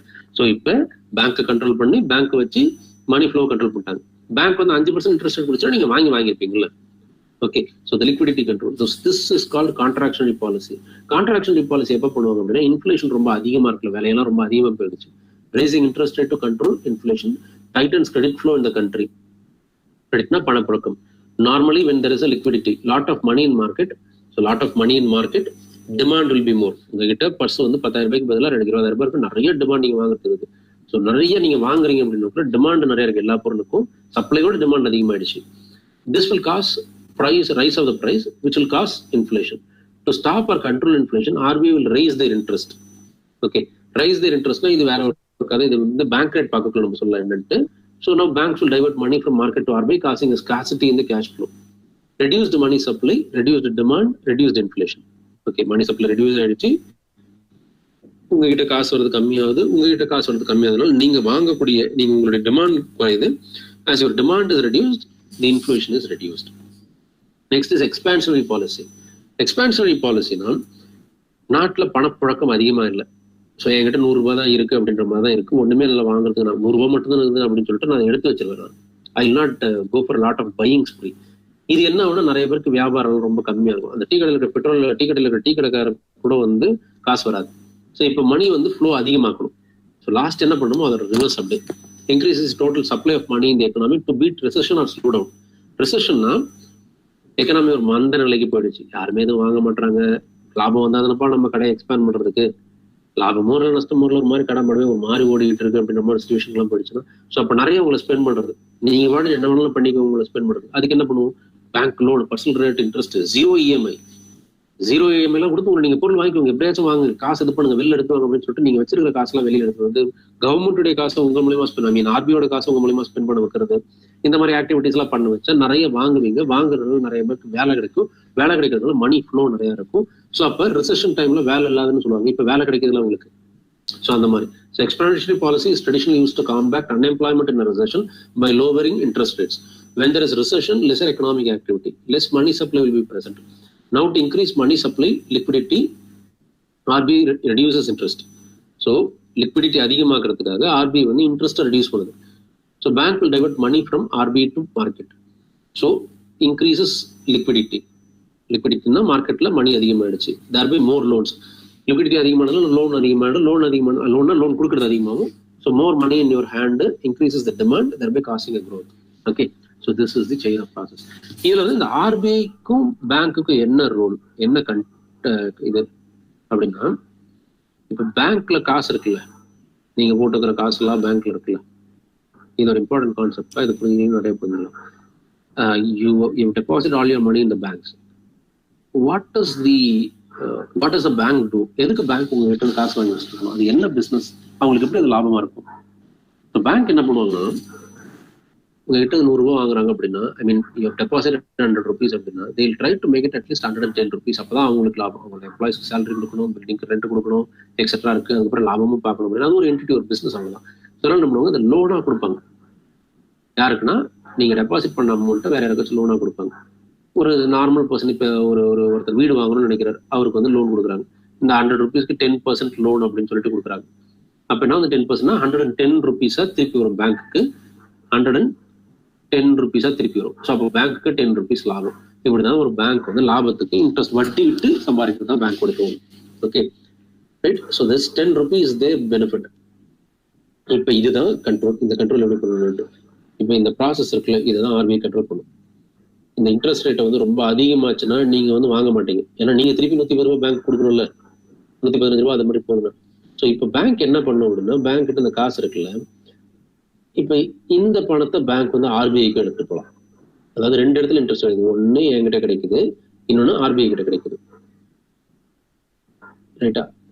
என்கிட்ட கொஞ்சம் ரிஸ்க் இருக்கு. ஏன்னா நான் வந்து ஒரு வேலை நான் கட்ட முடியாது அப்படின்னு சொல்லிட்டேன்னா, அதனால பேங்க் சம்டைம்ஸ் என்ன பண்ணுவாங்கன்னா, எக்கனாமி சரியில்லை, வீடெல்லாம் வாங்கினீங்கன்னா இப்போ திருப்பி விற்க முடியாது அப்படின்ற மாதிரிலாம் சுச்சுவேஷன் இருக்கு. இல்லை எக்கனாமியில் நல்லா டவுன் ஒரு ஃப்ளோ இல்லை, பொருளாதார வளர்ச்சி இல்லை, கண்டினியூ வளரல அப்படின்னா, ஒரு சுச்சுவேஷன்ல பேங்க் என்ன யோசிப்பாங்க அப்படின்னா, எதுக்குப்பா இவ்வளவு ரிஸ்க் எடுத்து லோன் கொடுக்கணும், we'll instead deposit the money in RBI and get interest from RBI.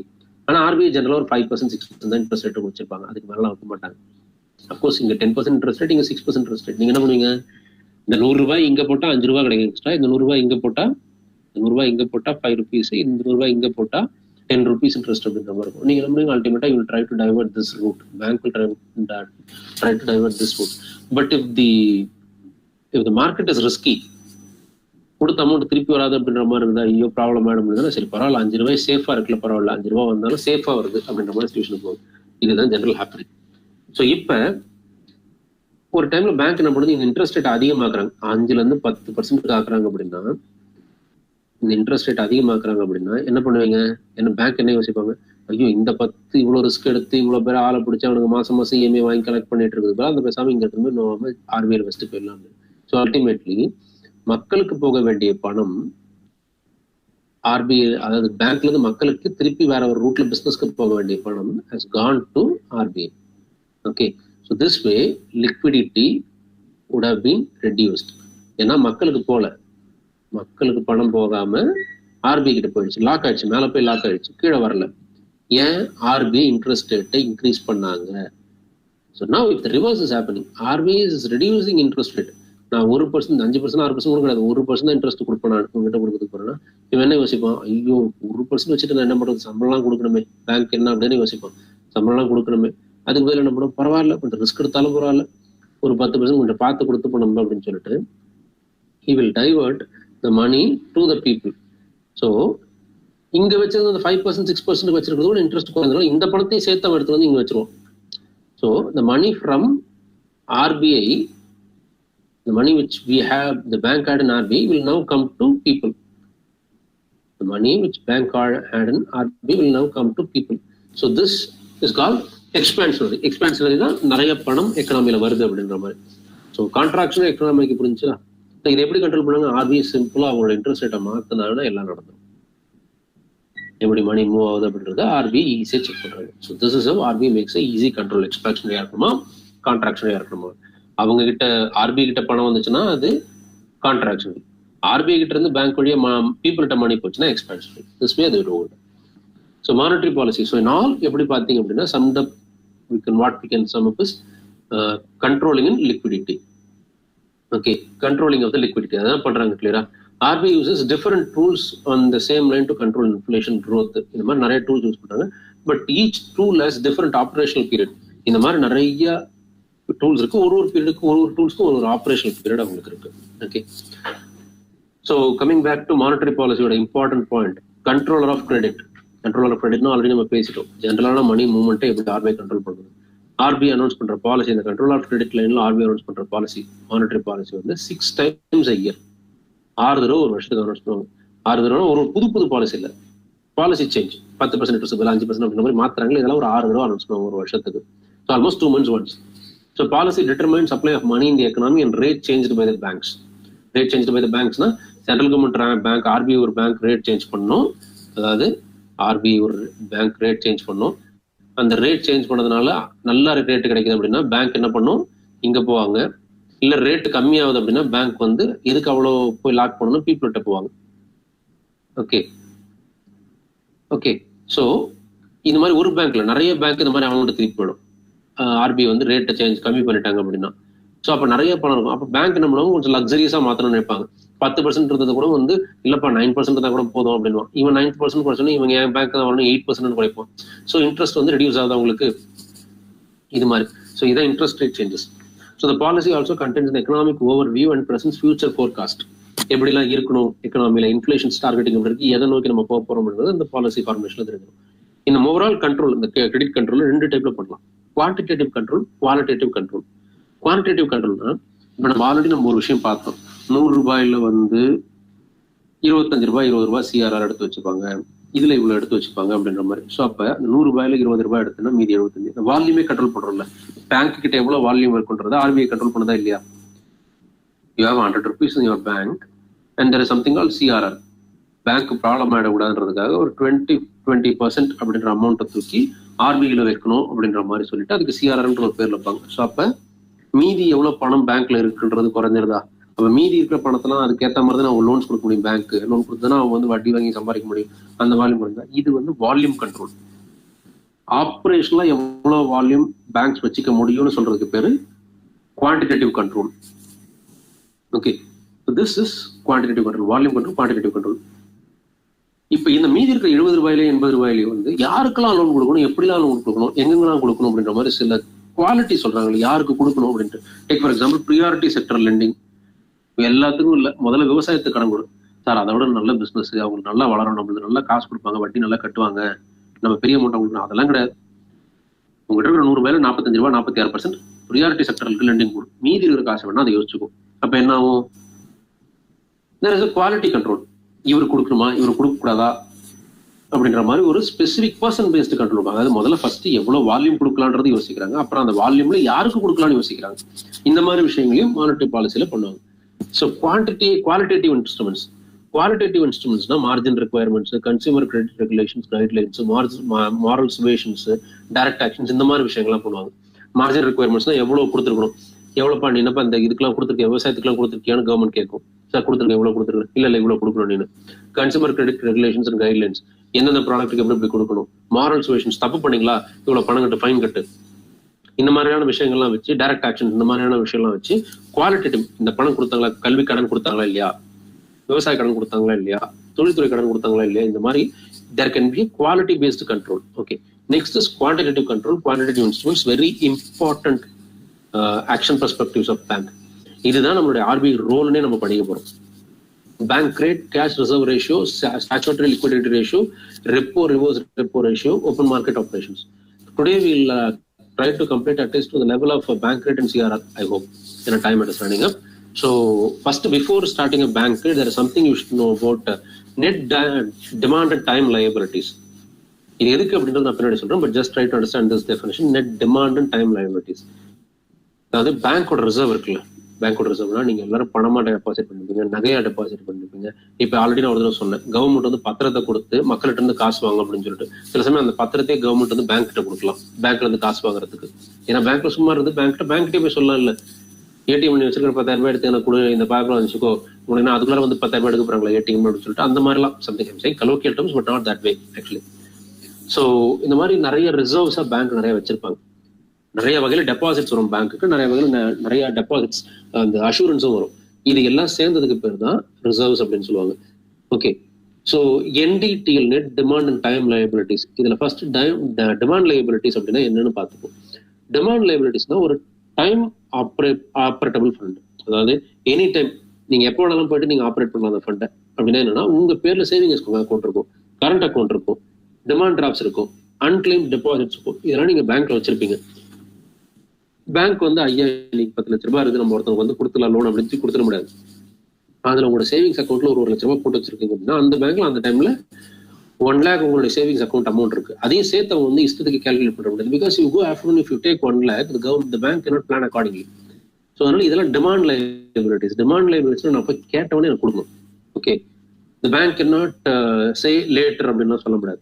Okay, அந்த மாதிரியான லைபிலிட்டிஸ்க்கு பேர் டிமாண்ட் லைபிலிட்டிஸ். அதில் வந்து சேவிங்ஸ் அக்கௌண்ட், கரண்ட் அக்கௌண்ட், அதாவது பேங்க் அக்கௌண்ட்ல நீங்க வைக்கிற மணி, டிமாண்ட் டிராஃப்ட். ஓகே, ஒருத்தர் வந்து டிமாண்ட் டிராஃப்ட் எடுத்து கொடுக்குறாரு, அண்ட் அன்கிளைம் டெபாசிட்ஸ், இதெல்லாம் demand liabilities. Next time liabilities. Time liabilities தான் நீங்க என்னதான் உங்க பணமாவே இருந்தாலும் பேங்க்ல நீங்க போட்டு வச்சிருக்கீங்க, இல்ல பேங்கோட ஆபரேஷன்ஸ் டெபாசிட் பண்ணி வச்சிருக்கீங்க அப்படின்னா ஒரு டைமுக்கு அப்புறம் தான் எடுக்க முடியும். Take for example fixed deposit. Fixed டெபாசிட்ல 10 லட்ச ரூபாய் டெபாசிட் பண்ணி வச்சிருக்கோம் அப்படின்னா இன்ட்ரெஸ்ட் வரதுக்காக தான் டெபாசிட் பண்ணி வச்சிருக்கீங்க. பட் ஆனால் அந்த இன்ட்ரெஸ்ட் வரதுனால அல்டிமேட்டா எய்ம் இல்லைன்னா 10 மாசத்துக்கு ஒரு நாள் எடுக்க முடியாது, இல்ல 6 மாசத்துக்கு எடுக்க முடியாது, 3 மாசத்துக்கு எடுக்க முடியாது, ஒரு லாக் கொடுத்துருவீங்க. லாக் கொடுத்துருவாங்க bank. So that is fixed deposit. ஒரு time liability. Cash certificates. Cash certificates இந்த கவர்மெண்ட் கொடுக்குற சர்டிஃபிகேட் மாதிரி தான். ஆல்ரெடி நம்ம சொன்னோம்ல, கவர்மெண்ட் வந்து அவங்களுக்கு பணம் தேவை இருந்துச்சுன்னா மக்களுக்கு ஒரு சர்டிஃபிகேட் மாதிரி கொடுத்துட்டு நான் அப்புறமேட்டு பின்னாடி இவ்வளோ இன்ட்ரெஸ்ட்ல கொடுக்குறேன் அப்படின்னு சொல்லிட்டு பின்னாடி அப்படின்றது ஒரு time period. Okay, next is gold deposit. Gold டெபாசிட்ஸும் வந்து ஒரு வட்டிக்கு கடன் வாங்குறீங்க அப்படின்னா கூட there is some lock in it. Staff net demand, மொத்தமா நெட்டா டிமாண்ட் டைம் லைபிலிட்டி சேர்த்து மொத்தமா எவ்வளவு அமௌண்ட் இருக்குன்னு சொல்லுங்க அப்படின்னு சொன்னா அதுதான் NDTL. So now this NDTL of the bank's financial institutions is controlled by RBI with many tools. இந்த NDTL வச்சுதான் பேங்க்ஸ் வந்து பணம் கொடுக்க முடியாது அப்படின்றதெல்லாம் பண்ண முடியும். ஏன்னா இதுதான் நீங்க போட்டு வச்சிருக்கிற பணம் மொத்தமா, அந்த மொத்த பணம் இந்த 2 வகையில கிளாசிஃபை பண்ணி ஒரே டேர்ம்ல சொல்லலாம். This NDTL of the bank's financial institutions is controlled by RBI with many tools. இந்த NDTL வச்சுதான் பேங்க்ஸ் வந்து பணம் கொடுக்க முடியாது அப்படின்றதெல்லாம் பண்ண முடியும். ஏன்னா இதுதான் நீங்க போட்டு வச்சிருக்கிற பணம் மொத்தமா, அந்த மொத்த பணம் இந்த 2 வகையில கிளாசிஃபை பண்ணி ஒரே டேர்ம்ல சொல்லலாம். NDTL, net demand and time liabilities, இதை பேஸ் பண்ணி எவ்வளவு கொடுக்கலாம் அப்படின்ற மாதிரி. ஸோ இந்த NDTL கண்ட்ரோல் பண்றதுக்கான மெக்கானிசம் இப்படிதான்ற மாதிரி ஒரு ரூல் RBI மேல இருந்து பேங்க்கு போட்டா பேங்க்ல இருக்க NDTL கண்ட்ரோல் ஆக ஆரம்பிச்சிடும். அதை பேஸ் பண்ணி தான் பேங்க் வந்து லோன்ஸ் கொடுக்க முடியும். ஓகே, ஸோ இதுக்கு நிறைய டூல்ஸ் RBI யூஸ் பண்ணுவாங்க. அதுல முக்கியமான டூல்ஸ் வந்து பேங்க் ரேட்ஸ்.